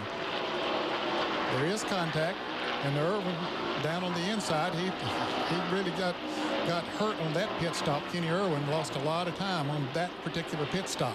Dick Trickle has stayed out there. He's leading the race. Now, he just pitted. Okay, he was leading. Kyle Petty's headed behind the wall. We talked about him a moment ago, running so good, having a good run. He's headed into the garage area. And there's his onboard cameras. He pulls back into the garage area. The cycle has completed pit stops, and Dale Jarrett is the leader of the race, with Bobby Labonte second, and Jeremy Mayfield, Jeff Burton, Rusty Wallace, and more on Jarrett from Jerry. Well, Bob, they are holding their breath in the 88 pits. Why? Because for the first time today, we have seen the right rear tire chunk on that pit stop. Not only was the outside shoulder, but the inside shoulder as well had chunks missing. There is the right rear tire that came off the 88 car. That tire ran 60 laps. He will have to run 60 to make it all the way to the checkered flag, and he wouldn't have made it much more on that right rear. So what that means is we're going to see an exciting finish to this race. There could be tire wear involved. Dale Jarrett won this race in the spring last year, and boy, it has been a long time since a driver won back-to-back spring races here at Atlanta Motor Speedway. You have to go back to 1968 and 69. Back with more after this. We welcome you back to the PrimeStar 500 at Atlanta Motor Speedway, riding along with the PrimeStar car driven by Ted Musgrave. He's a lap down in 25th position at the moment. And ESPN's NASCAR Winston Cup coverage will continue on the 22nd. The race, the actual coverage of qualifying begins on the 20th, Friday, with Bud Pole qualifying. The Diamond Hill Plywood 200 for the NASCAR Busch Series is on Saturday, the 21st. And then our happy hour coverage at 6:30 on ESPN2. NASCAR today at noon on Sunday, and then our coverage of the Trans-South Financial 400 from Darlington will begin at 12:30 Eastern Time. Well, what happened on the racetrack? I was busy with It was about to be really a big deal with the leaders as they were running behind traffic. Dale Jarrett had been running behind Todd Bodine and the 41 car of Steve Grissom. And they come up, Todd Bodine comes up on Grissom. Maybe a little bit of contact there. Jarrett had to really get on the binders. And look at Bobby Labonte come into the picture here now. He zooms up through there in the Interstate Battery's Pontiac and passes Jarrett and takes the lead. Just like he was shot out of a canyon. That's right. And this is the first time that Bobby Labonte has led today. He becomes our 14th different leader. And remember, we told you all day when we came on the air, we told you how well Bobby Labonte does. And again, we see some raindrops on the camera lens. But Jeff Burton, let's don't forget about him. There he is. He got caught there in the pits, or had that little almost mishap there in the pits and got behind a little bit. But he's worked his way back up to third now. He is definitely gaining on the leaders. We see that he's gained 0.6 of a second on the leaders. And look at that, 29.6 and to 30.1. Just how consistent they are. And folks, we saw that pit stop just a moment ago. And last year, over the years, we talked about what an advantage is for the champion to get that first pit. Here, Kenny Irwin, he's in the first pit. And here's a line that they determine what the positions go for on the caution flag. Now, this is on the green flag. You see, Kenny Irwin moves on a caution flag, he would be in front of every one of these cars back here. But since it's a green flag and they have the acceleration factor going for them, each one of those cars will pass him before he gets back up to speed. Which they can legally do. And because of that, Kenny Irwin, instead of... Whoa, and Bobby Labonte's in that same heavy traffic, and he's about to get caught up to come up on Ricky Rudd. And the car going a lap down is the guy who started second and led part of this race, Todd Bodine. He's 17th and a lap down. Kyle Petty is out of the race. Ray Dunlap. Well, he sure is, Bob. The Hot Wheels Pontiac had a pretty good run out there. Seems like it might be a Pontiac day, almost in position for a top 10 for you today. Yeah, but being in the top 10 is not a Pontiac day. You know, I hate it for Hot Wheels and for Players Inc. This was their special race, and for Sprint prepaid phone cards, all our sponsor. That's back at Neil right there, Goldberg. That's just a little jab right there. But you know, for me, you know, it's still a Ford show. You know, it's pretty obvious that I blow a motor, and it's pretty obvious that this is a Ford-dominated race. And you know, I hate to stand here and whine about it, but quarter inch didn't really do much to him, I guess. Well, guys, over the years, Petty Engineering has 6 victories here. It won't be today, but those Pontiacs are running pretty good. Well, it's one out front right now, that's for sure. Bobby Labonte. Indeed, with the Ford of Dale Jarrett second, the Ford of Jeff Burton third, the Ford of Jeremy Mayfield fourth, and the Ford of Rusty Wallace fifth. So Bobby Labonte carrying the Pontiac colors here, maybe to victory. Back in a moment.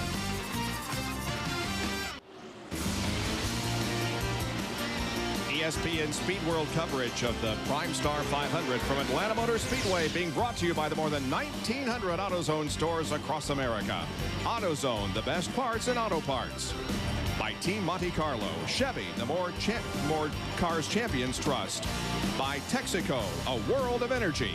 And by Exide NASCAR Select, the official battery of NASCAR.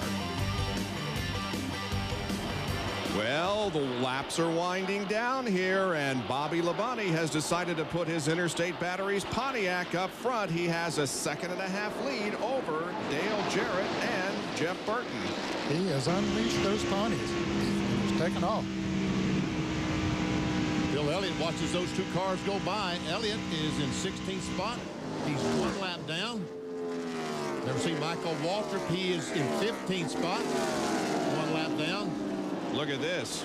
The interval between Bobby Labonte and Jeff Burton first to third has gone from a 2.5 to 2 seconds in those 5 laps that we counted. Every one of those laps for Bobby Labonte except one were in the 29-second range. High 29s, but they were there. Now he's running across some problems trying to get by the 43 car. That, if he can catch the traffic in the right place, he'll be okay. But traffic at the wrong place, because Labonte's car is working terrific on the very bottom of the racetrack. It's not working very good up on top. He just put a lap on John Andretti, who's currently running 14th. Andretti was the pole sitter of this race, and so the 76 Racing Challenge money will go up again. $76,000 was the total if Andretti would have been able to win from the pole position here today. There we see a First Plus Financial Field summary. Now Dale Jarrett had problems with that same traffic trying to go by on the outside. Here he's going by Michael Waltrip on the outside. And that will knock off a couple of miles per hour on that last lap. It cost you a good half a second. Now Michael Waltrip slows down and heads for the pits. The last car on the lead lap, as you saw in the First Plus Financial Field summary, is Jeff Gordon running 13th. He's about a good driver and a 5-iron for being caught. I always see Jeff Burton trying to take a look on the outside. Couldn't do it. Jarrett dives down to the inside of John Andretti.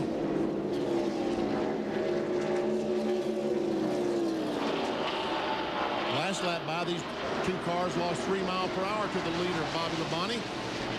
This time they were about the same speed. Coming up next, after our live coverage of this event, the 98 Newsweek Champions Cup Tennis continues live. We have a couple of really good players going at it today. Who's playing, Bob? Thank you, Benny. Tomas Muster and Chris Woodruff will be squaring off. Bobby Labonte has come to the front of this race after being very non-spectacular, Ray Dunlap. Bill Weber. That's okay, Bob. I'm going to tell him you said non-spectacular, too, after the race. But anyway, the crew tells me their car, which, by the way, is the same car he won with here last November, has been very consistent. But they're not sure the tires have been as consistent. So he's been loose, he's been tight. They've had some good pit stops. They had one that was about 21 seconds when they had to change a spring rubber. Their last pit stop was excellent, just a little over 18 seconds. They changed 4 tires, and the car now is better than it's been all day. That's when you want to get it good, is in that last run. And he is hugging that inside and taking off, because these guys race for second back here. Yep. This is about 2.5 seconds behind Bobby Labonte. Jarrett and Burton. There's Labonte coming off the corner. He's going to complete lap 300. We've got 25 laps to go. You ever see Labonte go down in turn 1? Well, he caught Greg Sachs in the perfect spot, able to dive down to the inside, did not impede his progress one bit.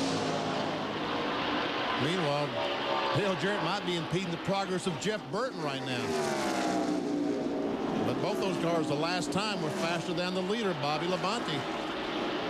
Yeah, you wonder, Jerry Punch talked about the tires that came off of Jarrett's car on that last pit stop, if he's been being conservative with it, and which he probably needed to be.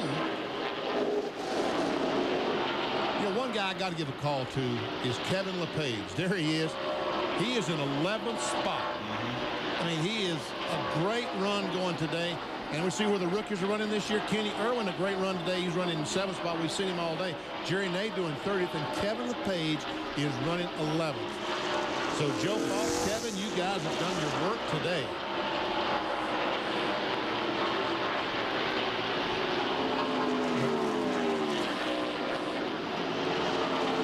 And another guy who's been up to snuff today is this fella, Bobby Labonte, Interstate Batteries, Pontiac.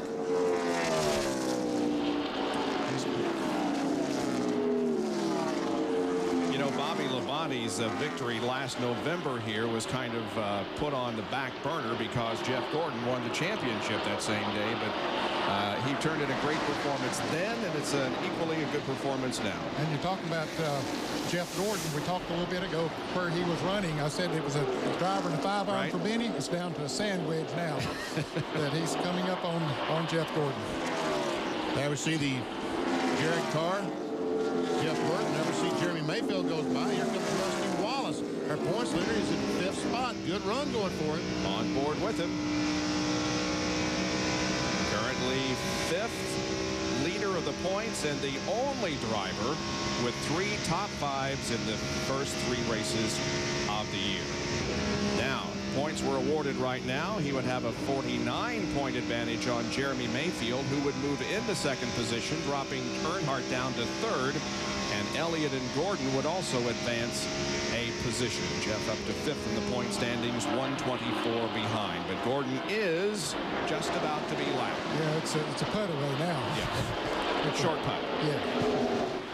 And right now, he might be fast enough to impede the progress of Bobby Labonte. And I tell you what, those guys don't mean too much. I'm talking about Jarrett and... No, I didn't slow him down too much. Here he goes on the inside of Gordon. Talking about Jarrett and Burton. They're closing, folks. Hang on. This is not over yet. We only got 20 laps to go, and it is anybody's race. Right now, Bobby Labonte has the lead, but there's how close 2nd place Jarrett and 3rd place Burton are. Will Joe Gibbs get another victory here at Atlanta Motor Speedway? When we come back, we'll answer the question. Bobby Labonte leads the PrimeStar 500 at Atlanta Motor Speedway. 311 of 325 laps completed. We're following Bobby around the racetrack from the Pennzoil Copter Cam high above the facility here. His advantage is about 2.5 seconds over Dale Jarrett. Now more like 2.8 and 3.5 over Jeff Burton. That was Robert Preston, the next car. And there we see Jarrett come off the corner. We see that Jarrett has put some distance between himself and Jeff Burton. I tell you, catching traffic the last few laps while we're going to break, Ned and I watch the cars going, it's been so critical where you're able to catch these cars. As we see, Bobby close in on the back bumper of his brother Terry, and Terry's going to let him have this line down to the inside, and that did not slow him down a bit. Boy, we're seeing history repeat itself. Bobby Labonte has won 2 of the last 3 races in Atlanta. Both times, Jarrett's finished second. That's exactly the way they're running here at Atlanta, with now less than 12 laps remaining. And Terry Labonte just went that lap down, Bob. He is the top running Chevrolet in this field in 10th place. So 9 cars now in the lead lap, and Jeff Gordon's woes continue. He drops down off the banking and comes in for a very late pit stop with just about 10 laps to go. I saw him slow over there about a lap and a half to go, and apparently he felt something go wrong with the tire and said, I don't want to chance it, so let's go to the pits and rate. Well, Ned, that's exactly right. You got to remember, this is a long season, and we're just in the 4th race of the year. They don't want to put the car in the fence. A good finish, even though he's a lap down, is a lot better. So they put on right side tires, and Gordon is down and away. But he'll have to maintain that 45-mile-an-hour speed limit all the way down pit road before he can accelerate. Right there is the line that indicates that they can accelerate again. His worst finish, remember we told you earlier in the broadcast, his worst finish in 1997 was here last year. And now Labonte continues to have traffic woes out there. He's behind Jeff Bodine. But he's still pulling away from Dale Jarrett. I think Jarrett has decided, hey, I can't catch him. I'm going to try to ride this thing out in 2nd place and take care of these tires so that he doesn't have to make an unscheduled pit stop. Joe Gibbs a little nervous. That's about like the last 30 seconds of the Super Bowl and being on the 1-yard line, trying to make the decision, do I kick a field goal or try to get in? Yep. Man. 8 laps to go, 317 complete. 3-second lead he has now.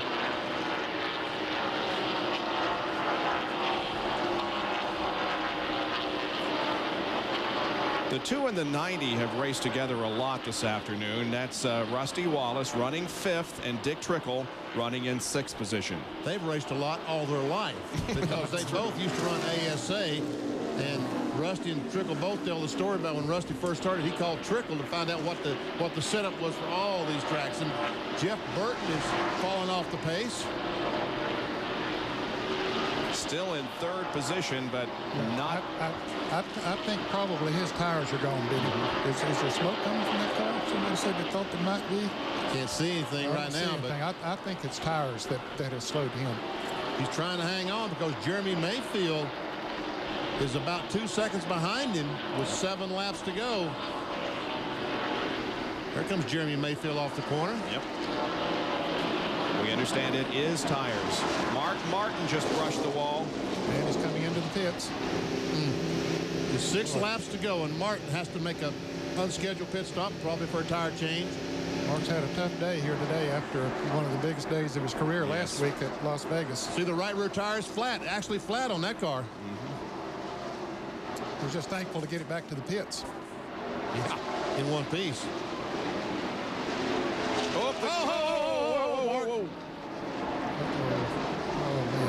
When it rains, it pours down. Now they got to somehow get the jack back around the car. Okay, now those green rims that they're putting on there, those are from Chad Little's. And off the, oh, look at this. Dick Trickle has passed Rusty Wallace. And that moves him to 5th position. Trickle's best finish this year was last week at Las Vegas 16th. And now Wallace takes the spot back. Now Trickle is slowing down, isn't he? No, I guess not. Thought he was. I tell you, there's a lot of cars out there with tires that are getting very worn right now.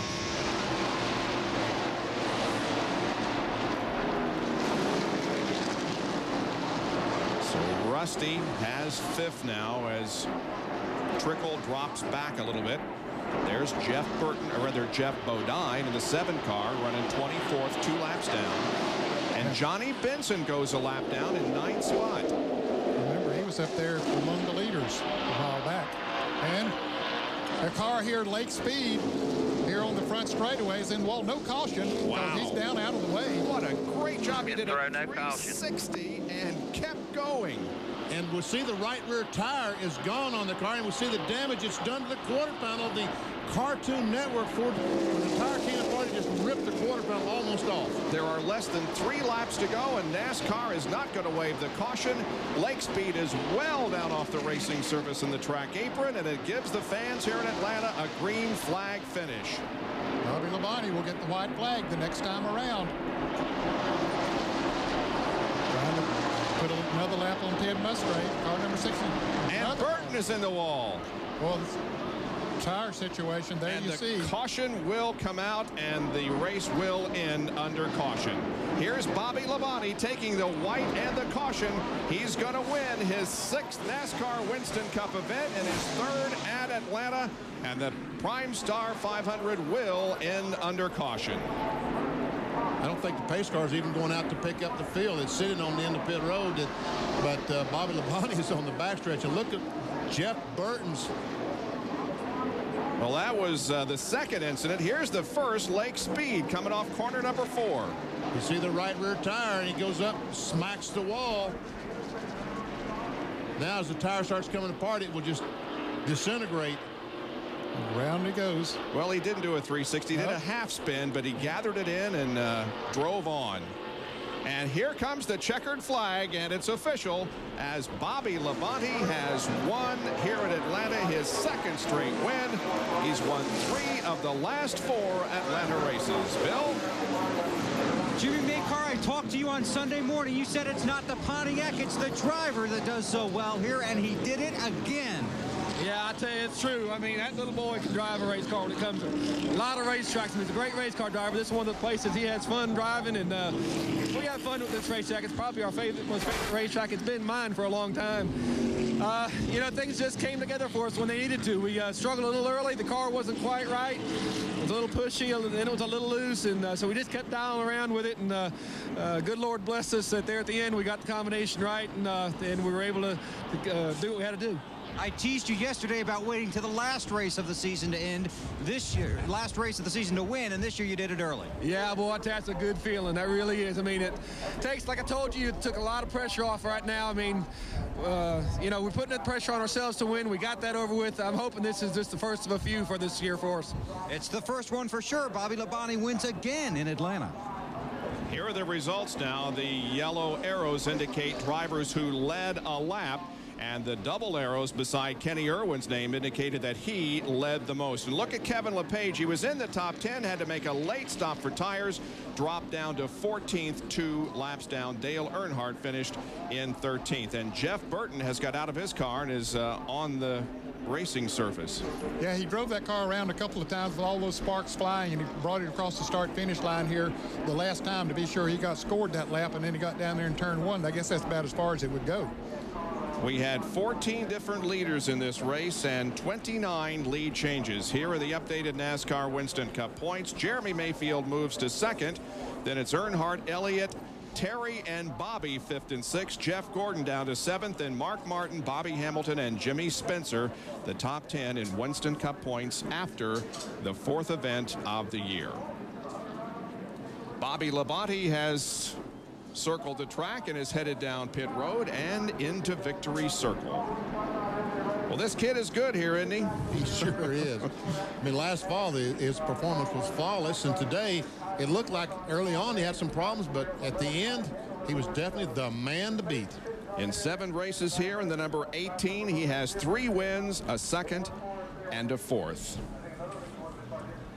This win comes in his 161st career start.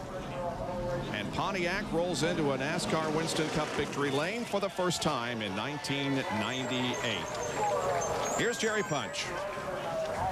Bobby Labonte in victory lane. Pontiac wins at Atlanta, and Bobby's trying to get unhooked. Hey, Bobby's smiling. Congratulations. Man, that was awesome, man. This thing, oh, man, I couldn't believe it. We weren't very good there for a while, but I tell you, this thing, these guys did a great job. I mean, they just worked so hard. I like to thank everybody, Interstate Batteries, Shell Oil, Coca-Cola, Easy Care. I'm going to miss somebody. Husqvarna, Pontiac, Goodyear had a great tire today. I knew last year, I was hoping we were going to win one before the last race last year. And I don't think we ought to have any practice anymore. Hey, I got to say hi to my wife, Donna, and Tyler and Madison. They didn't make it this trip. All right, Bobby Labonte victorious for the 6th time in his career. Bob? Congratulations to Bobby Labonte, who has won our rain-delayed show. Coming up is tennis. This has been a presentation of ESPN, the worldwide leader in sports. Now let's go to tennis. Okay, Corky? Yeah, you got it, man.